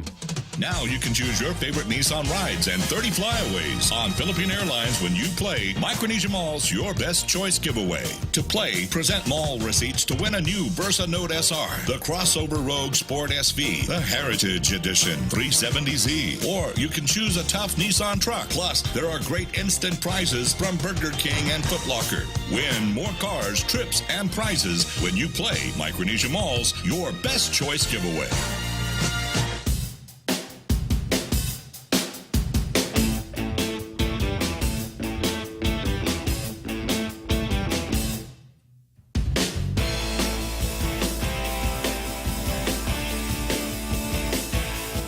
That's it. I only got a few more minutes left on the air and enough time to fill and kill on an amazing revelation that occurred. And I don't know if you heard me rapping about a little bit earlier about a fella that was busted. The cops went to his place and imagine that they found ice on him and his property. He admitted to owning it, and they put him in a pokey, and that's where he is now. And an amazing distraction, not a distraction, but an amazing, I don't know what's the word, a detour from where the headlines have taken us lately. Yeah. This guy's kept his mouth shut. Oh, wow. He's not trying to finger anybody. He's like, yeah, it's my drugs. I'm the guy that did it. Well, Take what's me wrong away. with him? I don't know. You know, he's not with the doesn't he program. know anybody? Were you not a part of the big gay political drug parties that seem to have been going on everywhere? I mean, I'm new here, and even I have at least someone I could point a finger at. Just saying. So he remembered the rule, and it's a rule that a friend of mine reminded me about this morning, and I'm trying to figure out what the correct way to. Do we have the bleep sound effect? Okay. Just remember, when you are arrested, you have the right to shut the up. Right? At no time is there a requirement for you to say anything. The guy will read you the Miranda right. Do you understand what I've said? All you need to say after that is yes. Right? So it's one of those things. You have the right to remain silent. Now, I'm saying this. This is Ray Gibson talking, and I know myself well enough to know that while I might have the right to remain silent, I don't have the ability. It was a joke. I'll remember who I stole that from before too much longer, but it's somebody else's joke. Wise words, know thyself. Yeah, I just will be unable to shut up when the police officer is asking me questions or doing what. Are you comfortable? Blah, blah, blah, blah, blah, blah, blah. I'm sure that's what's going to happen, and that's why I request again at the end of this program that you come up with some kind of a statement for me. At some point, you are going to need one. You know, he was always quiet. They'll never say that about me. Whatever it is that's going to happen happens. Whenever I get called in front of J.I. Or whatever, I'm going to say, well, gee, what happened? You knew him. You worked with him. What do you think? You know, he was never the quiet one. just always had. You know what? I expected this from him. This is exactly the kind Don't of know thing why I it didn't expected happen from sooner. Ray. That's it. That's it. Hey, listen, I gotta go. We got the music playing in the background. Coming up, we got Fox News Live. On the other side of that, it's Brian Kilmeade going to be on the radio for a couple hours. The amazing and incredible, and the guy that invented talk radio the way it is done perfectly. Rush Limbaugh is on the radio here on the Point a little bit later on, and then who's the other fella? Sean Hannity from Fox News. Be listening for it. It was always a fun day here at the radio station. Again, KUSG Agania. Here is Fox News. Almost home. I'm Lisa Lacera, Fox News. 3 Korean Americans held in North Korea, now in Alaska, as they make their way back to Washington with America's top diplomat. Secretary of State Mike Pompeo landed in North Korea Tuesday. He met for 90 minutes with Kim Jong-un. A senior U.S. official says shortly after, a North Korean official said that Kim Jong-un had granted amnesty to the Americans Tony Kim, Kim Hak-song, and Kim Dong-chul. Pompeo says he spent about 13 hours in North Korea, describing it as productive. He says the U.S. and North Korea agreed on a one-day summit between the president and Kim Jong-un that they could extend to a second day. Despite expressing his preference